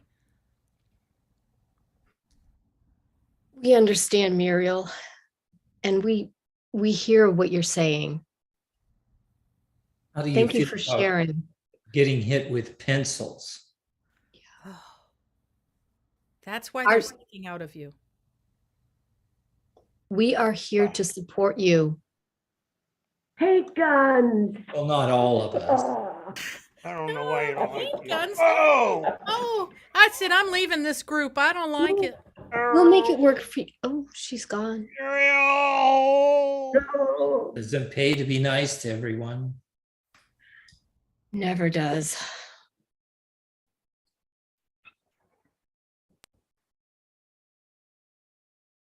Found an arrowhead. I'm going to put it on this, and I'm going to, you know that teacher we don't like? Oh, that's a fossil. So? You can use a fossil. It's nice and sharp. Look, feel it. Feel it. It's sharp. Oh, yeah. Oh, there she is. I am a fossil. I got him. To some people. Well, I've been meaning to talk to you about that. About being a fossil. Yeah. And it's okay. Not everybody can be 20 years old. Oh. Well, I'm a trilobite. that's so old, I don't even know what that is. It's okay. You're too young. These bars are made of iron. I can't get out of this jail this time. Oh, I think I could help you escape. I'll take any help I can get, Artie. I brought a spoon. I have psychic abilities. Oh, you could bend my spoon. Here's a fossil. I'm just going to concentrate and get you out. Oh, that looks like I might have been an axe fossil. You could beat on the Yeah, you things, can and beat I'll on the start bars. Beat on the bars. I'll bars. start digging. Are you out yet? Are you out yet? I'm still stuck in behind these iron bars. Darn. I think we're going to have to leave her there. You prisoners are no good to me. This is the warden speaking. I need you all to calm down and stop trying to escape yourselves. Is it lunchtime? What kind of drinks do they serve you at the Iron Bar? I have a mural to paint. Comes with a spoon. They serve Arrowhead root beer. Ooh. With a spoon. And a fossil Rita. Rita.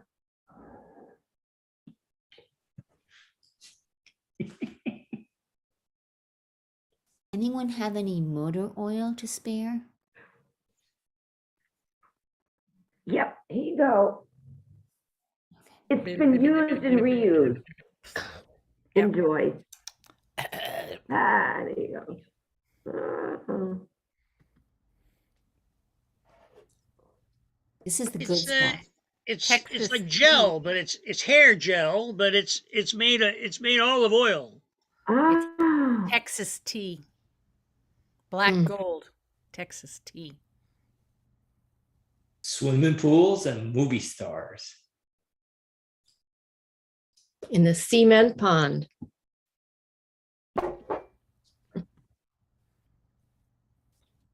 Oh, yahoo! Come on back, guys.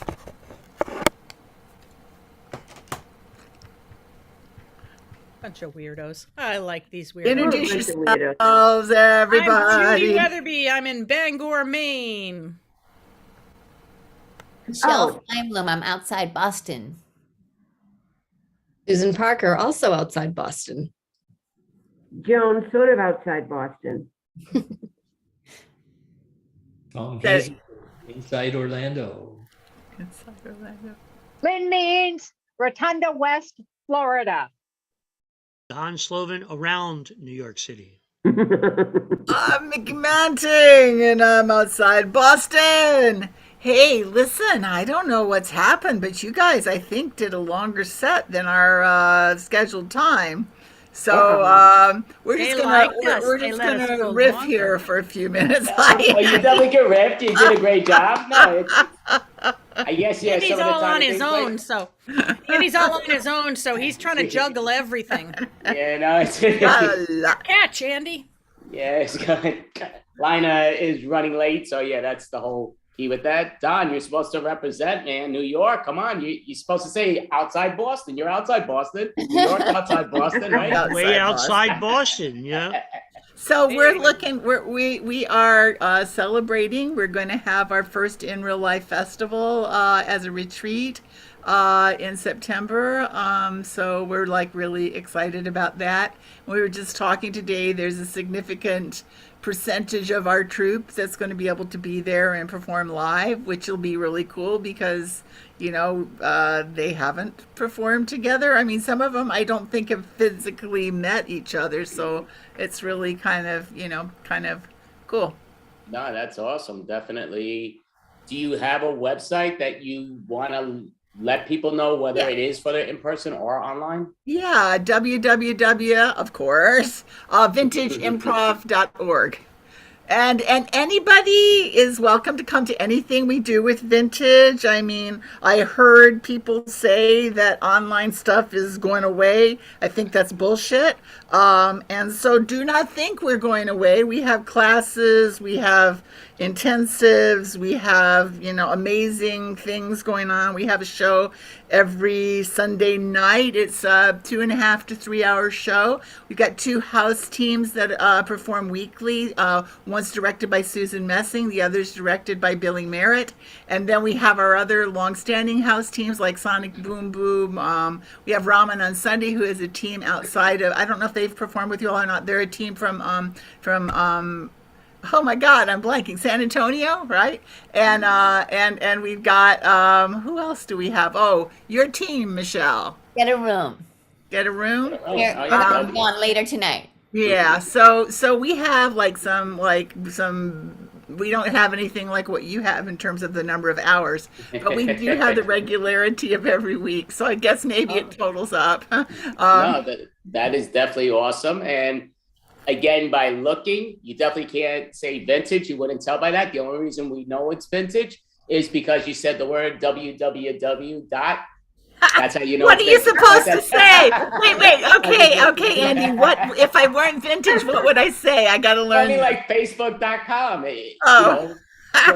Without the www. Everything okay. All right. I will not waste my time saying wwws again. All right. We're also on Facebook. We don't look vintage, I think is what you're saying, right? Well, that's exactly what I said. I said you can't tell by looks, but the www that's the giveaway. That's what it's a giveaway. What can I say? Oh well, we got to have something. But thanks a lot. Thanks. This is a great group, and it's really been fun performing. We've been performing and doing this form for the last 2 years, so pretty much through the whole pandemic. You all did an amazing job. Thank you for participating. This is our 21st month in a row. Yeah. And I know you participated in a few, but thank you so much. And yeah, I agree. The next 20 years, I don't know if I'm going to be around, but if I am, this is definitely going to be around. So, but yeah, thank you all. You are all amazing. Great job. Thank you so much. Bye-bye. Take care. Sonic Boom Boom. Great job. So I do think Alina is in the house. I don't want to take her away if she's not. I just but- want to leave. Can I just leave? What's going on Yeah, here? you're good. Yeah. Yeah, my mouse was not behaving. Okay, perfect. What's up, Lina? How you doing? Hello. What's going on? So, Not much. so basically, I know you just got in. She was running Mhm. late, so things have been running not as smooth, but at least quicker. Just because I don't really do too much. Nothing's on fire, so I'm assuming everything's okay. Nothing's on fire. That's the goal here. Right, and that's a good goal. It's going.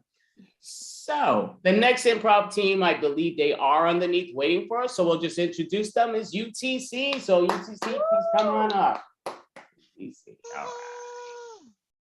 Hello. Yay. Hello. Hi, everyone. We're UTC Improv. We are in so many different time zones. What time zones are we in?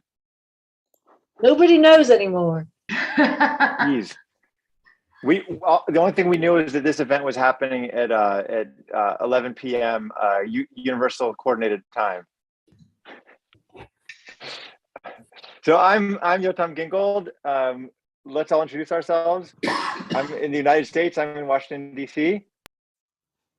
I'm Sarit. I'm in the UK, but I'm from Israel originally. I'm Helena Jang from Seoul, South Korea, and it's 7 a.m. here. I'm Galit from Canada. Oh, sorry. Based in Athens, and it's 1 a.m. And I just came back from a disco. Hello, everybody. I'm George, and I'm dancing here in the Philippines at 6 a.m. Yeah. So we're going to do a format. We're going to do a living room. So we're going to be talking as ourselves, intermixed with themes.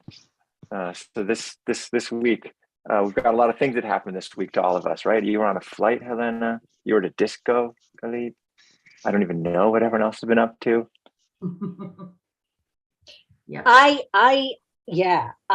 had an exciting day today. I bought a broomstick.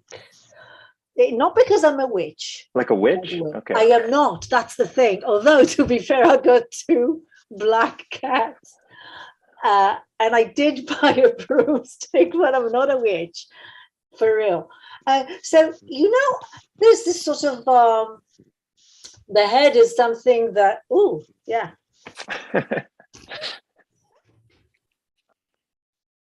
All right, guys. Like, I'm not a witch, all right? I'm not a witch. I don't like these accusations. Like, yeah, I have a broomstick, I have some cats, but like, I'm not a witch.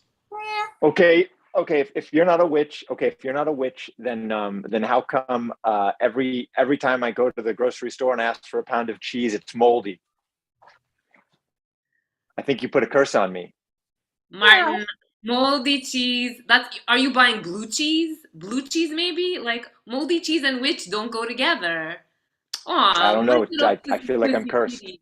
I think you cursed me, and I'm inclined to burn you. I think you are rich because the black cat always see me. She just scratch me. Normally, dogs and cats, rabbits, mouse, they love me so much. They just kiss me and scrub me, but your cat, that black cat, only scratch me. Sweet. Psst. Hey, Coco. Why do they say that we bring bad luck? Well, because ever since our owner got us, everything in their house seems to have fallen. I mean, we scratched their sofa and we spilled the milk. Everything's been not so good. I'm telling you, it's the fleas. I've got new type of fleas. My owner, she put something on my back, but it doesn't help. I still scratch and scratch like a monkey. I feel like you and me. All right, I'm a flea. You're a flea. Why do people saying everything's gotten all scratchy ever since we showed up? because we do love eating and we love enjoying my life. Yeah, I just like drinking cat blood. I don't think there's anything should be anything wrong with that. Mm-hmm. I really agree with that. Yes. But you know, ever since these dust mites started crawling on me, I just feel like I can't get a break. I'm always thirsty. I'm always I can't. I go to sleep and I toss and I turn. I scratch. Sleep. Hey, dust mite B. It's dust mite A. Did you see what I did to that flea? I know they're all like uncomfortable. I love giving it to them, just like they give it to others. Give it to them. We rock. You're so good. I'm so proud of myself. You're You know, amazing. it's just not only you got fleas and the fleas are scratching. It's the cat is scratching because of the fleas. I know it's crazy. Wait, but Susan, do you think like the dust mite? Do we have like a dust mite for the dust mites? Like, whoa! You blew me away right now. I was really happy, and I'm not a happy dust mite anymore. I know it's a bit existential. It's a bit existential, but I'm just thinking like, you know, all this cause and effect. Like we scratch them, they scratch them, and like who are we? You've got nothing. Wait, maybe we're at the top of the pyramid. Are we at the top? Are we the essence? Or are we the last in the food chain? I just... And then that reminds me of germ. I'm very cautious about germ. I'm very clean, I think. And because I'm afraid of germ, because I majored in microbiology. So my close friend, 5 of us, we all wash our hands like 30 times a day. And even before COVID, we had alcohol swap in our house. So we wash and we swap the handle and everywhere. Especially my friend, she is very afraid of germ, so she never touched the handle on the subway. So we are very similar. That reminds me, like in Greece, this is a true story. When the Greeks walk, I love Greeks, like, but when they walk into their house, they take off their clothes and they put on their indoor clothes. Like they will never sit on their couch or their bed with their street clothes. It's like a germa thing, I think. Like I remember when I was dating this guy and we would come home and he'd like get into his like his Superman pajamas, and I would be like, dude, you're 40 years old. Why are you wearing your Superman pajamas in the house? And he was like, because we can't wear street clothes on the bed. It was nuts.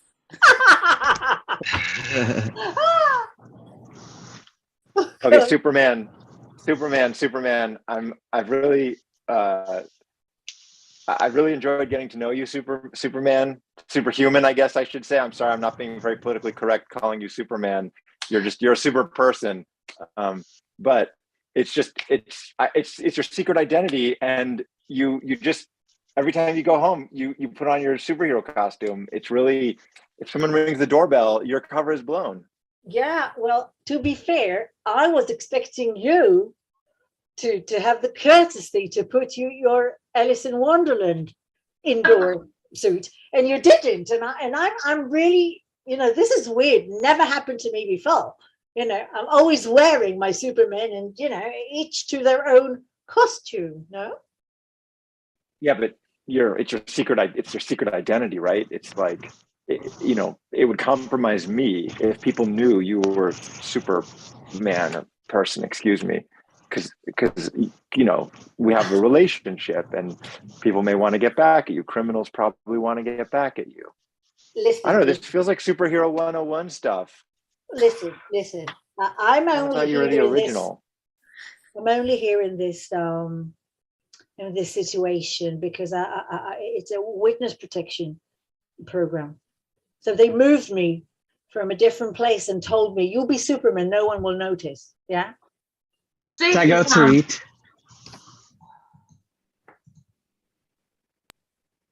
Guys, I have to confess something to you both.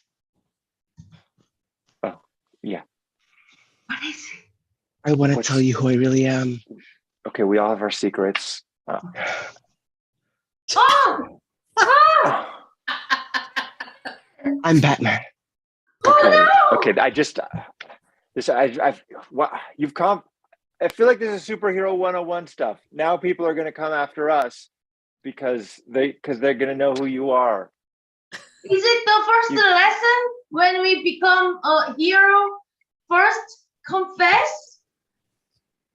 Yes, for you to become a hero, a true blood hero, you need to confess who you really are. Oh my God. This just feels really unsafe. Back out, George, and you come. Come, my child. Welcome to the confession tube in the Church of Superheroes. Father, I have a confession. I went to the class and I learned one lesson. Father, I'm the fluffy man. I'm the fluffy man. The floppy man? Yes. Well, actually, I'm a floppy disk. But nobody uses me anymore because they're using hard disks right now. I don't know why I'm suddenly confessing to you when I'm the priest, but it happens. Yeah. Maybe you also took the lesson from Dr. Minsky. Oh, were you there too? Yes, that was the first lesson I learned. Confess myself. Oh, let's take this curtain away. I think this is the beginning of a really nice friendship. Oh my God. Oh, Tag you've out. got lovely eyes. That reminds me of a time when we were using floppy disks. Do you remember that? Yeah. That's like yes. crazy. So 1980s. I mean, what's gonna be obsolete now? And then DVDs, and then like they don't work anymore. I got a gift of like a DVD. What am I supposed to do with it? You know what it reminds me? It also reminds me something like literally this week, I asked my husband, God, I wish we could listen to vinyl again, because we're not doing it anymore. And there's really nothing like this sort of the sound of that needle on the vinyl. And then he said, okay, let's do it.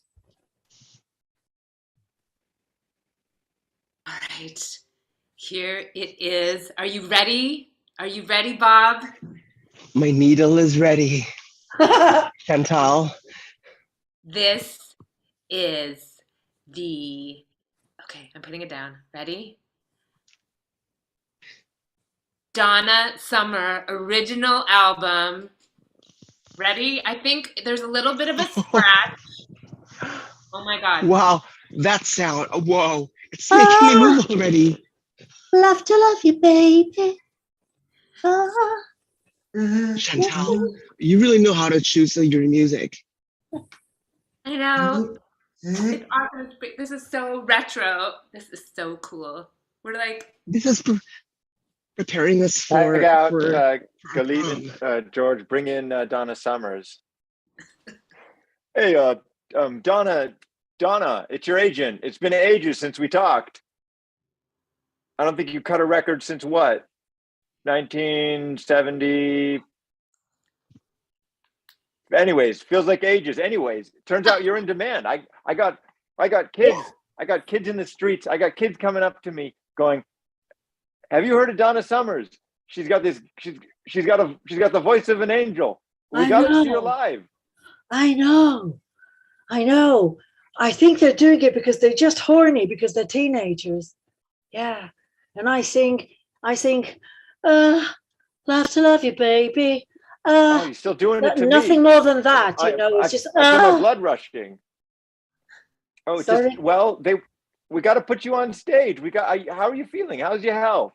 I'm feeling really bad. I'm old and I can barely walk, but sure, go for it. I mean, yeah. Well, could we get you up there maybe with a wheelchair or crutches or? I don't know if I want the whole world to know that I'm in a wheelchair like Liza Minnelli. I mean, Tag out your spam. All right, Donna, you got this. You got this. I mean, like Madonna, I am the queen of reinvention. I got you. I know we just need a little like a Botox. We're gonna get you some. We know what I know what we need, Donna. We need like 10 hot guys with muscles to carry you on stage. Then no one has to see the wheelchair. Hang on, Khalid. Okay, Donna Summer, you are here for the Botox. And you have a discount because you are Madonna's friend. Can I just say you? What's your name, doctor? What's your name again? Oh, my name is Jelly, Dr. Jelly. Jelly. I use Botox as Jelly. Yes. I want to sing you a song, Jelly. Oh, yeah. Did I inspire you? Yeah. While I'm doing this, please sing. Okay, you put the needle in my forehead and I will sing, okay? Yeah, let's go. Ready? Yeah. Love to love you, baby. Oh, love to love you, baby. Nice. Tag out, Helena. I hate to say this as your agent, but it's something didn't go right with the Botox. I don't think we can get you on stage. I don't know what you're talking about. I'm feeling fine. Everything is the same. Do you have any do you have a daughter or a son or someone who looks like you? We could maybe send in and study you. I didn't want to get fat, so no, I didn't get any kids. But I'm fine. Look at me. Look at me. You still do it for me. My blood's rushing, but I'm not sure we can put you on stage like this. Look at it. My best shape ever. Look. Who lives with you? It reminds of me. A lot of people doing plastic surgery in Korea, and even we have a package of tourism of plastic surgery. Have you heard anything about that? Yeah, I heard about that. Yeah, I heard of Botox parties, and yes, I've heard about that. Isn't it true that in Korea, like really young people do it, not because they need it, it's like a hobby nearly. It's a very sad, but yes, they are doing like as some people are addicted to the fixing their face, and some people really want to be beautiful over their standard, and also just from the overside, like China and Japan, it's very close. They are coming and do the plastic surgery, and when I take the subway, I can see like almost a mommy face. They are covering and wearing baseball caps.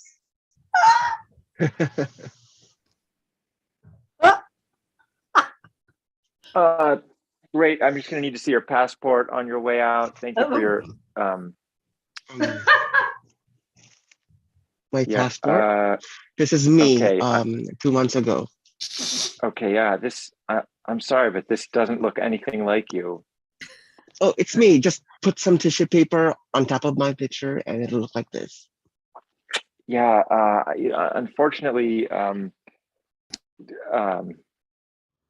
the UN is really upset about human trafficking, and I'm worried that you're being trafficked. This isn't your passport. I can't let you leave looking Immigration like that. officer, you're right. Yes, you're absolutely right. This is not really me. I'm somebody else. Look.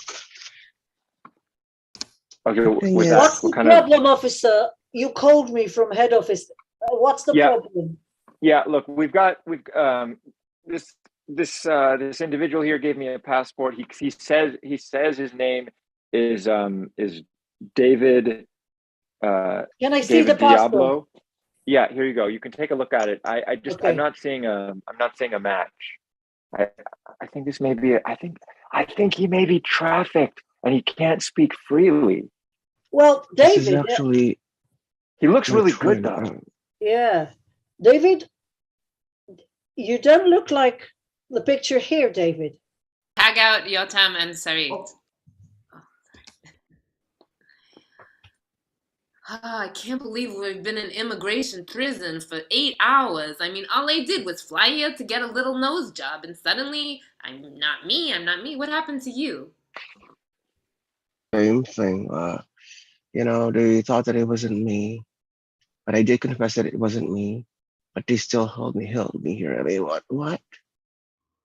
Just because I can't talk too much, really, they just, put me here. You can't talk freely. Why? Did they put too much stuff in your cheeks? Does it hurt, or is someone hurting you? Well, my cheeks just feel a little, um, not itself right now. Well, you know what? I think you look fabulous. Who did you? Who did you? I had Dr. Moskovitz. Do you like it? Do you like it? Well, I did this to myself. I'm trying to train. Self-plastic surgery? Sweet, bring back your Tom. Officer, so yeah, this is me. Only in the picture, I've got my gun and my bazooka, and now I just didn't bring it to the flight. Okay. Yeah. I can take it out if you want. That's a tough one because if you brought the gun to the airport, I wouldn't have been allowed to let you out. But the gun's in the photo. I don't see a gun in your hand. I don't know that it's you. I can't tell. No, this is wait. You're not holding the I gun. put it in my hand luggage. Hang on a minute. Here it is. You see now? I look exactly like the picture. You see? Yeah. Okay, officer, I'm here for you and helping you. Here's my crystal ball, and I can tell who is truth and who is false. Great. So I've got these 3 people in detention. They're right behind me. You can see them. So I'm going to have them say their names, and then are you guys getting this? Look lively. Passport control detention. David Diablo. Yeah. Oh, okay. This person. Let us free. Help. I'm Madame Herda, and I'm here to investigate your truth or false. And okay, you, the first one, you have a 20%. It's not you, but 80%. It's you. Yeah, the 20% is the nose. The rest is me. It's just the nose. I need to leave. I need to fly to Jerusalem like tomorrow. That's true. Only 20% of her body is only force. So all right, go through the just get the extra. I'll give you the wand. Next one. You can go. Oh my God! This one, 80% fake. Only 20% is himself. Well, all right. I'm afraid you're gonna. You got it. Precisely. You're on the dot. You really, yeah. And the last one. Oh my God, this is amazing. Only the gun and bazooka is real, and the rest of her is fake. You got me. You got me. I'm not a human. I'm just a walking gun and a bazooka. All right, Madame Helda, what about me? You were not the real officer. That's right. I've been pretending this whole time. I run a plastic surgery. I'm Dr. Moskowitz. And have I got a deal for you? This reminds me, guys. This reminds me. Oh my God, I had this like a famous friend, an actress. She's very famous in Israel. And All right. let's say that her name was Edith. And she really, in a hush, she wanted to do a nose job. And she went like very discreet because she was like famous. And she speaks with this secretary of the surgeon. She said, "Okay, so I'm gonna come. I want to come when nobody is around." And she says, "Yes, Edith, of course I'm writing you down." And like really shouted. She said, "Oh yeah, of course, discreet. Of course it's discreet." Like shouted that everybody had to look at her. I mean, they did. They did look at her. She told me now, "Oh my God, I was trying to do it as hush hush." That is a true story, by the way. I don't know if it leads anyone to do anything, but it's true. That reminds me of, I sometimes get students in my classroom, and it'll on the list of students, it'll be marked like confidential. Like no one can know the students in your class. But it's never like it's like meaningless. It's like I Why never would they do recognize the that? name. Well, there must be some reason, but like they're not famous to me. I don't think anyone else like recognizes them. It's like, it's like. Are they like Yeah, chic? What do you mean? They're like famous sheiks? Like, I don't think what? so. Like I can find zero reason why any one of these people. Hey, it's me. Can I get Yeah. a discount a little bit? You recognize me, right? No, don't. You don't? Oh, don't be silly. You know me. I know. I've been in the movie 20 times. Oh my God. I think I've been in the movie with you because, Oh, the secret nurse. I Because I'm think celebrity. Don't be shy. I'm not shy. Is this the famous club? Do you recognize me? Oh my God. It's the confidential. We are the confidentials. Secret. Yeah. I don't recognize you, but do you recognize me? I don't recognize you at all. I don't recognize you. anyone. You recognize me, but I don't recognize you guys. If you say so, but I think everybody do recognize me.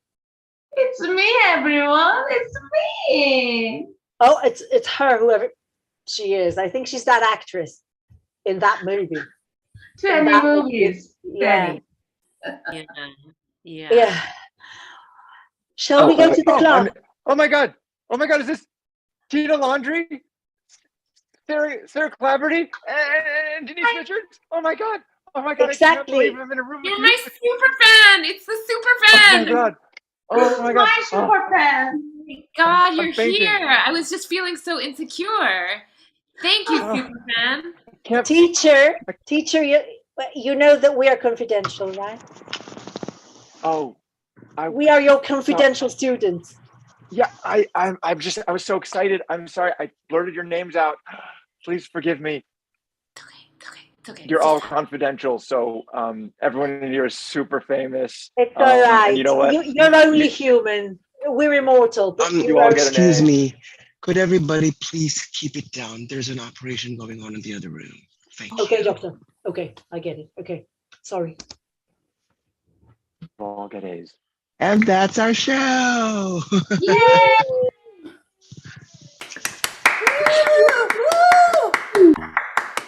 So great job. That's UTC. So before we go the whole rundown, Lionel, do you have any questions for UTC?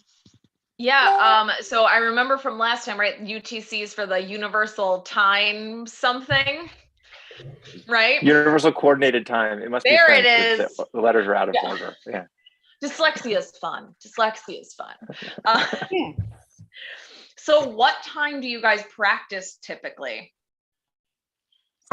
Tuesday.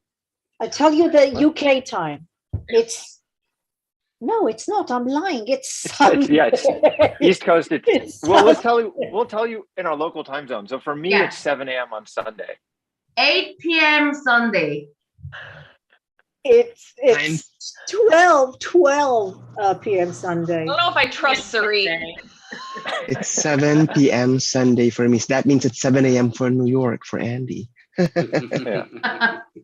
p.m. in Athens. Jeez. Oh my God. You see why coordinated? We need to coordinate stuff.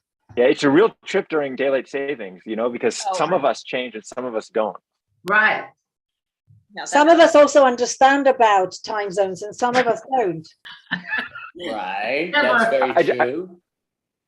I want to And remind you now of we're our losing the time sponsors. zone next year. So, well, this year, isn't it this year or next year? We're losing it, America. But Do away with it. Is that for sure? Officially, they're eliminating it, which I think is pretty moronic. But again, that could be a big debate. But so it's what it is. But it just comes down to: do you have a website that somebody could find out where you're going to perform next? And I'm assuming it would be online. It'd be really impressive if you all performed on stage all the time, going from different places. But do you have a website or something that people can check where you're at? We do. We've got a Facebook page, UTC Improv. We have a Facebook UTC page. Improv. Yeah, And created a Facebook page. yeah, we got right. Our Facebook page. We have some other shows people can plug that they're in. Yep, go for it. Well, if you're in the DC area tomorrow night. Oh, tomorrow night? Yeah, if you're in the DC area tomorrow night, I'm on stage at the Little Theater of Alexandria with my with the house team there. Awesome. Wow, it's an in-person show. In-person show. It's our first show in 2 years. Wow. Yeah. Wow. That is awesome. Definitely awesome.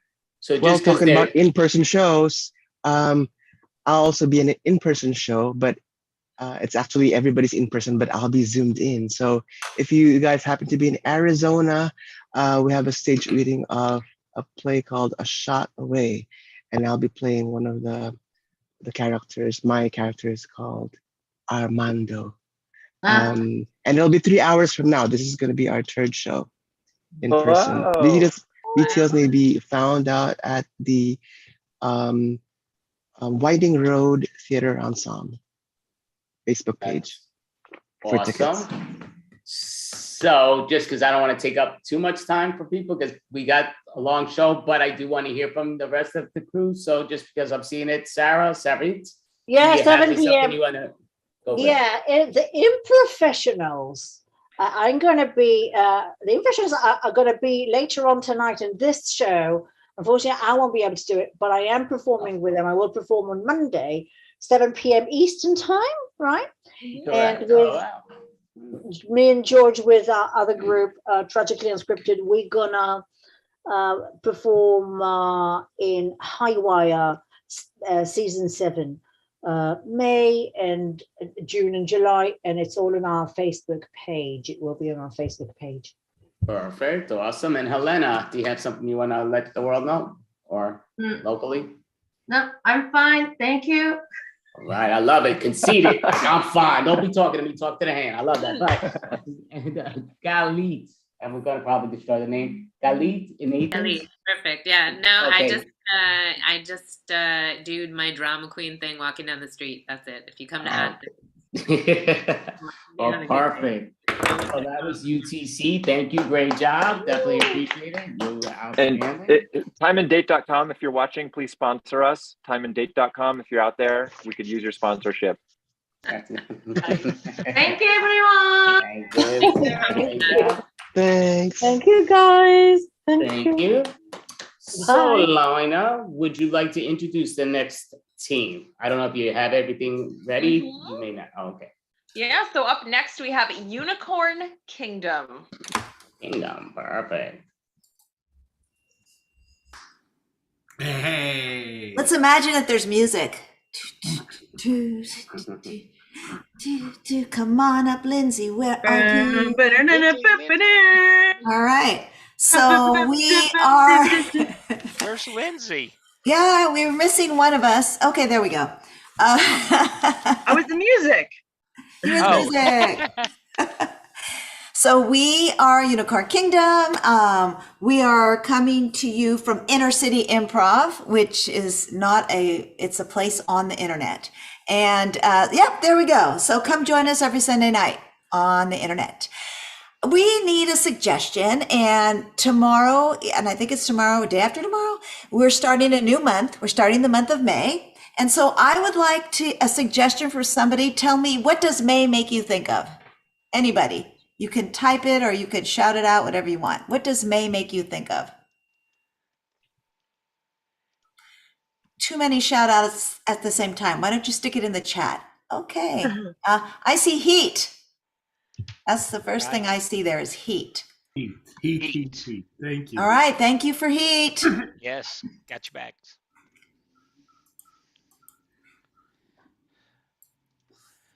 Oh, you look exhausted again. I am exhausted again.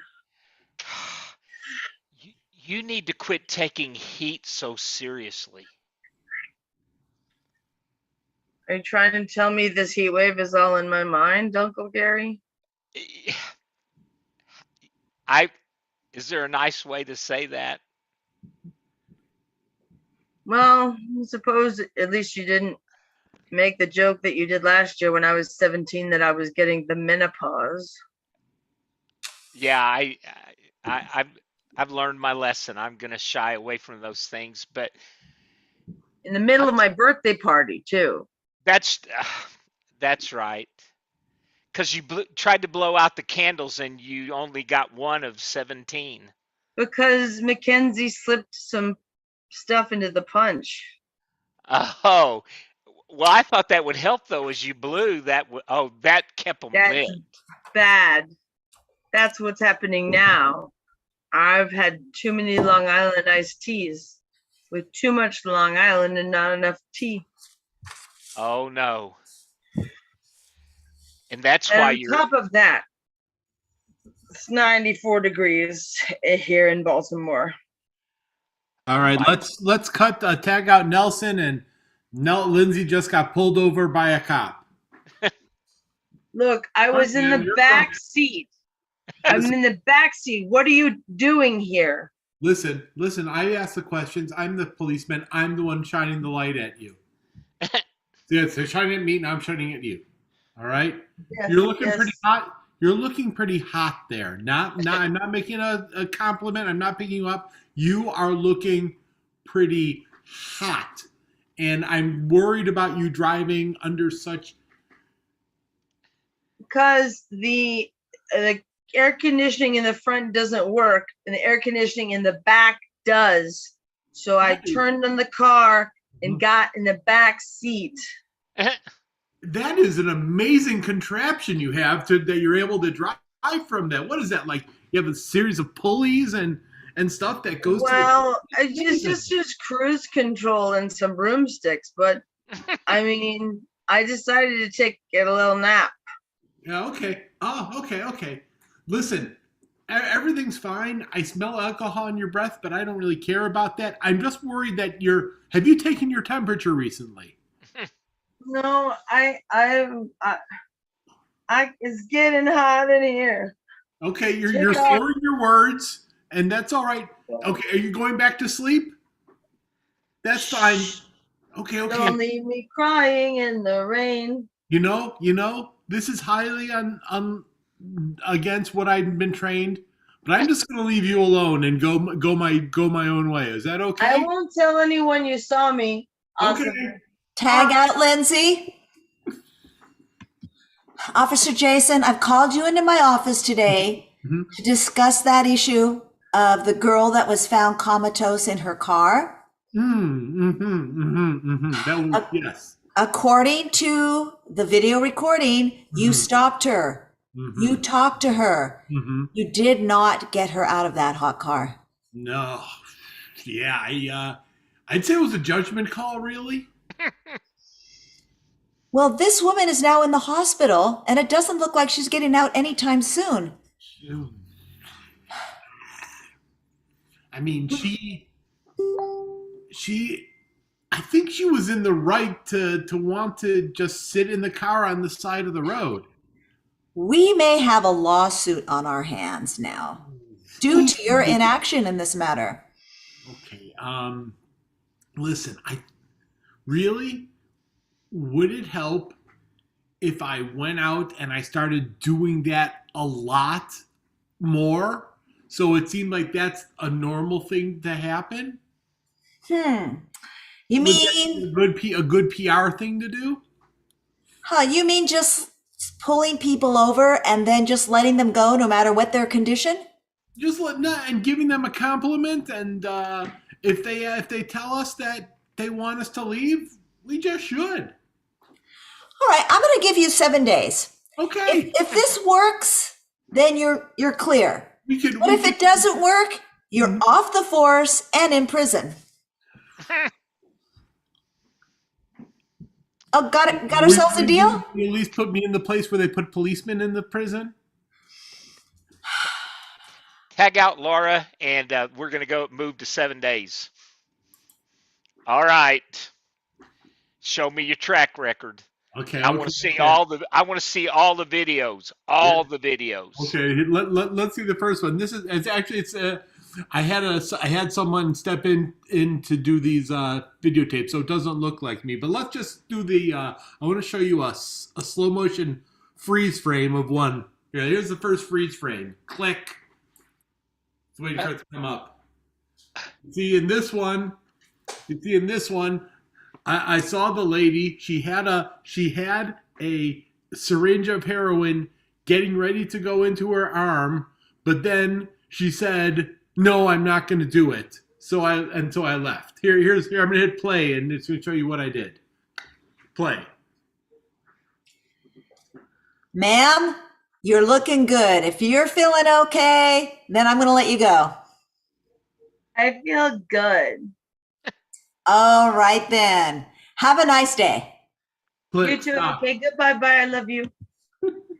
Listen, she said she loved me. How is that not a win? Okay. I was totally against this until I saw that video. So from now on, you're going to have to shoot a video for every stop that you make. Every stop? Every stop you have to video, and you've got to send them to me in my secret file, so I can see them. Otherwise, we're gonna have to convict you. And it's funny. I was talking to 7 days ago. I was talking to my chief about this, and she gave me instructions. I actually never verified who exactly you are and what you're and why I'm responsible to you. Does that make any difference? I got Nelson. Yeah, so the chief of police contacted me and called me in to teach you about TikTok and how to record your traffic stops. Yeah, okay. Okay. Yeah, so you want to get a selfie of yourself. Best angle for you is definitely down. I'm going to stick out the chin and down. Not like underneath. Eyes up and big. Unless you're doing a cat filter, in which case it's scary. And then you want to get the suspect in the shot with you. Like me, I'm arresting that guy. And leave your audio on the whole time, Obvi. Okay.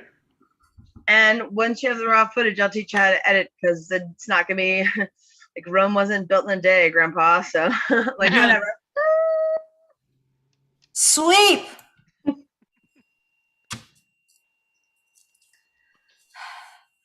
Dad, I got pulled over today. Not again. It wasn't my fault. Oh, you say that every time that you get pulled over. This is the 7th time this week. But I wasn't speeding. I wasn't going too slow. I wasn't hanging out the window. I wasn't doing Were you sleeping in the back seat? I might have been. Oh, that kind of explains it. That's the new thing that's going around. What do you mean? That's the new, I don't know, but everybody is sleeping in the back seat of their cars now and getting, stopped and interrogated. Yeah, I was interrogated and the police officer shined his light in my eyes and then he just left. And I don't know what's going to happen now. Well, I'm just gonna make a wild guess here. I'm guessing that he videoed that whole thing and is gonna use it later against you. I have to tell you something then, Dad. Okay, I'm all ears. I was with Martin.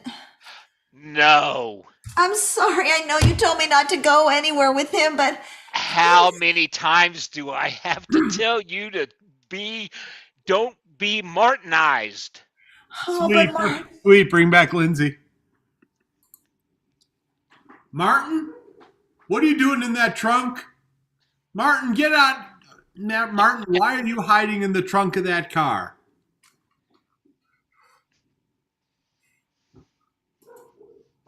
No, yeah, I do see you, Martin. You're not hiding all that well. But I have a spare tire back here. I got some jumper cables. Okay. And for some reason, an old wiffle ball bat and a bunch of balls. Well, yeah, everybody has junk in the trunk of their car. I thought we weren't allowed to say junk in the trunk after those meetings that they made us go to. Okay, everybody has random things in the trunk of their car. If I get out of this trunk, are you going to put random things called bullets through me? No, I will not do that. We ever since we are the newer Kindler police. If you would like me to leave you alone, you just have to say so, and I will love you, and then I will leave. I don't want you to leave me alone. The thing is, this looks so easy in the movies. They just push down the hatchback, but I forgot police cars are fortified and don't have a collapsible hatchback, and Correct. I'm very much trapped in here. Okay. Yeah, obviously, you were worried about me putting bullets into you. Like, my entire tactical arsenal is actually in there with you. I don't know if you've seen that. So I'm the one who's actually getting scared. So I'm just gonna say that I love. I thought you. I was lying on a bunch of wiffle ball bats, but are you telling me there are firearms under here? Firearms. There's a bazooka. There's some dangerous things back there. So Can you please get a lock picking kit? And I'm just going to remind you that I love you the entire time and I respect you, and you are in charge of this entire situation. Am I, though? Or are the gods of fate trying to force their whims upon me? I just want to let you know that you are in charge, and I am totally at your beck and call, and you are certainly the one with all the power in this situation. Officer Dan, are you trying to get me to sign a waiver with my verbal consent? Yes, I am. I'm trying to sneak it through like the crack in the You better hope Judge Henderson's sitting on that bench on Friday. I certainly do love you. I'm starting to smell the petroline gasocursa, and I can't talk with my good words. Oh, she asked me to leave. I do love you. As I'm leaving, I love you. Wait.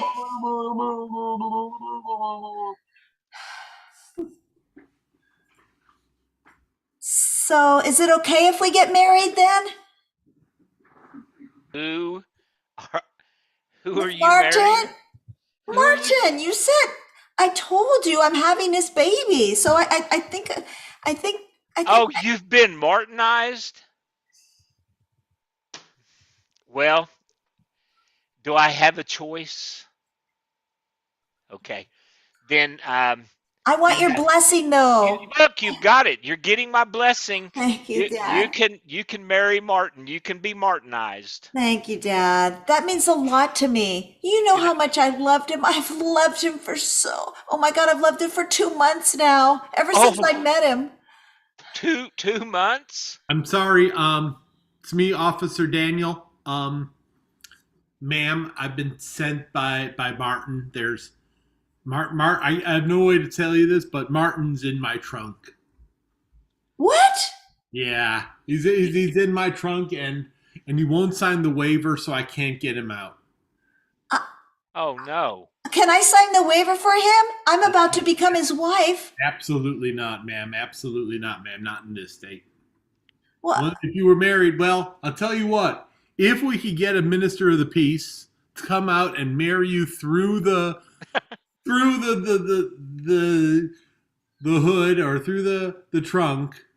my dad's a minister. My dad's a minister. Cut. In this state, you can't be legally married unless you find a way to kiss. Cut to the trunk. Cut to the trunk.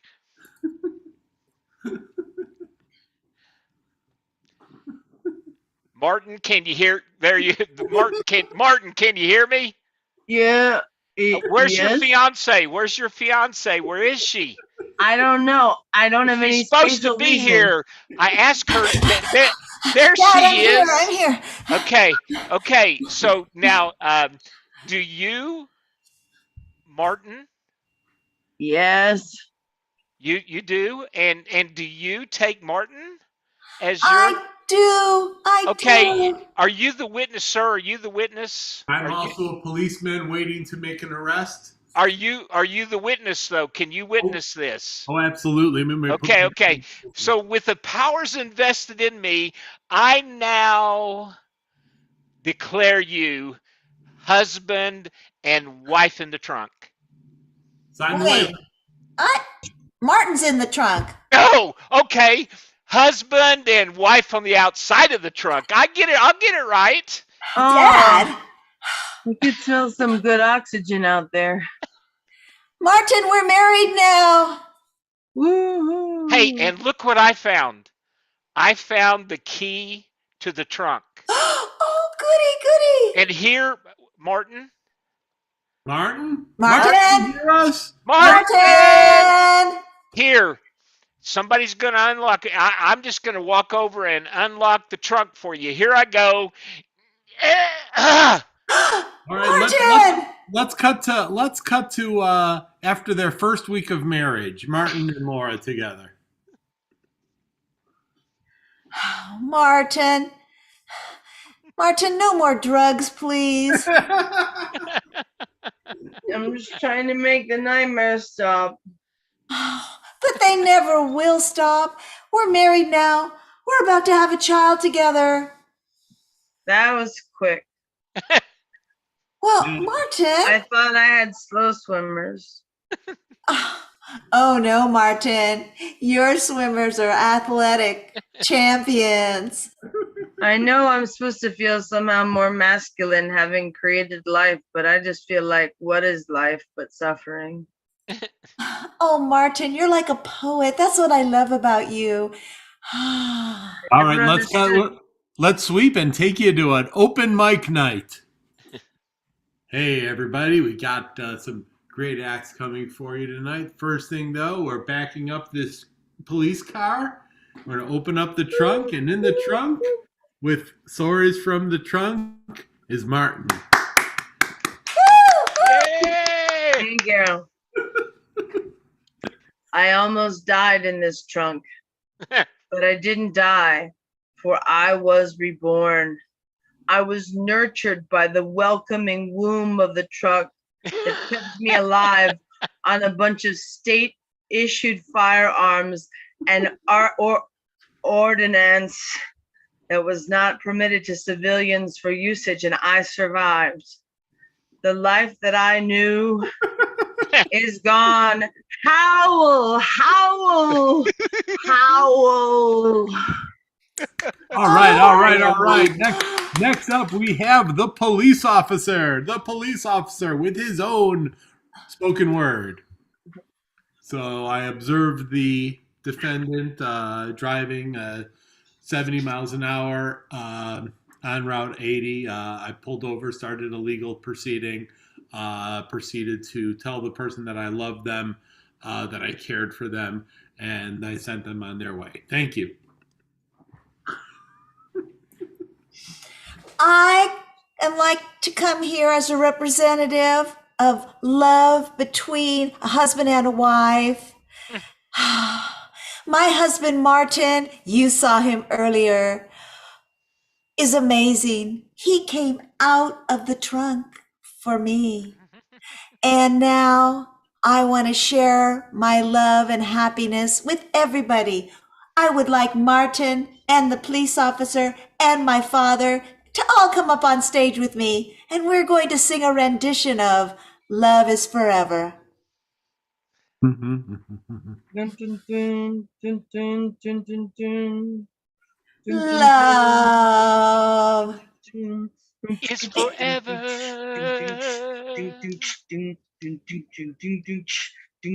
Yeah, boy.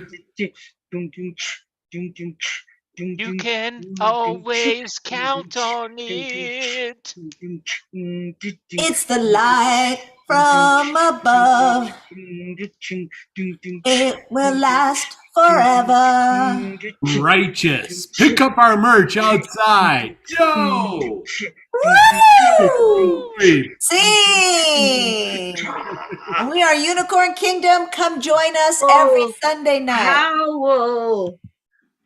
I saw the greatest minds of my generation trapped in car trunks.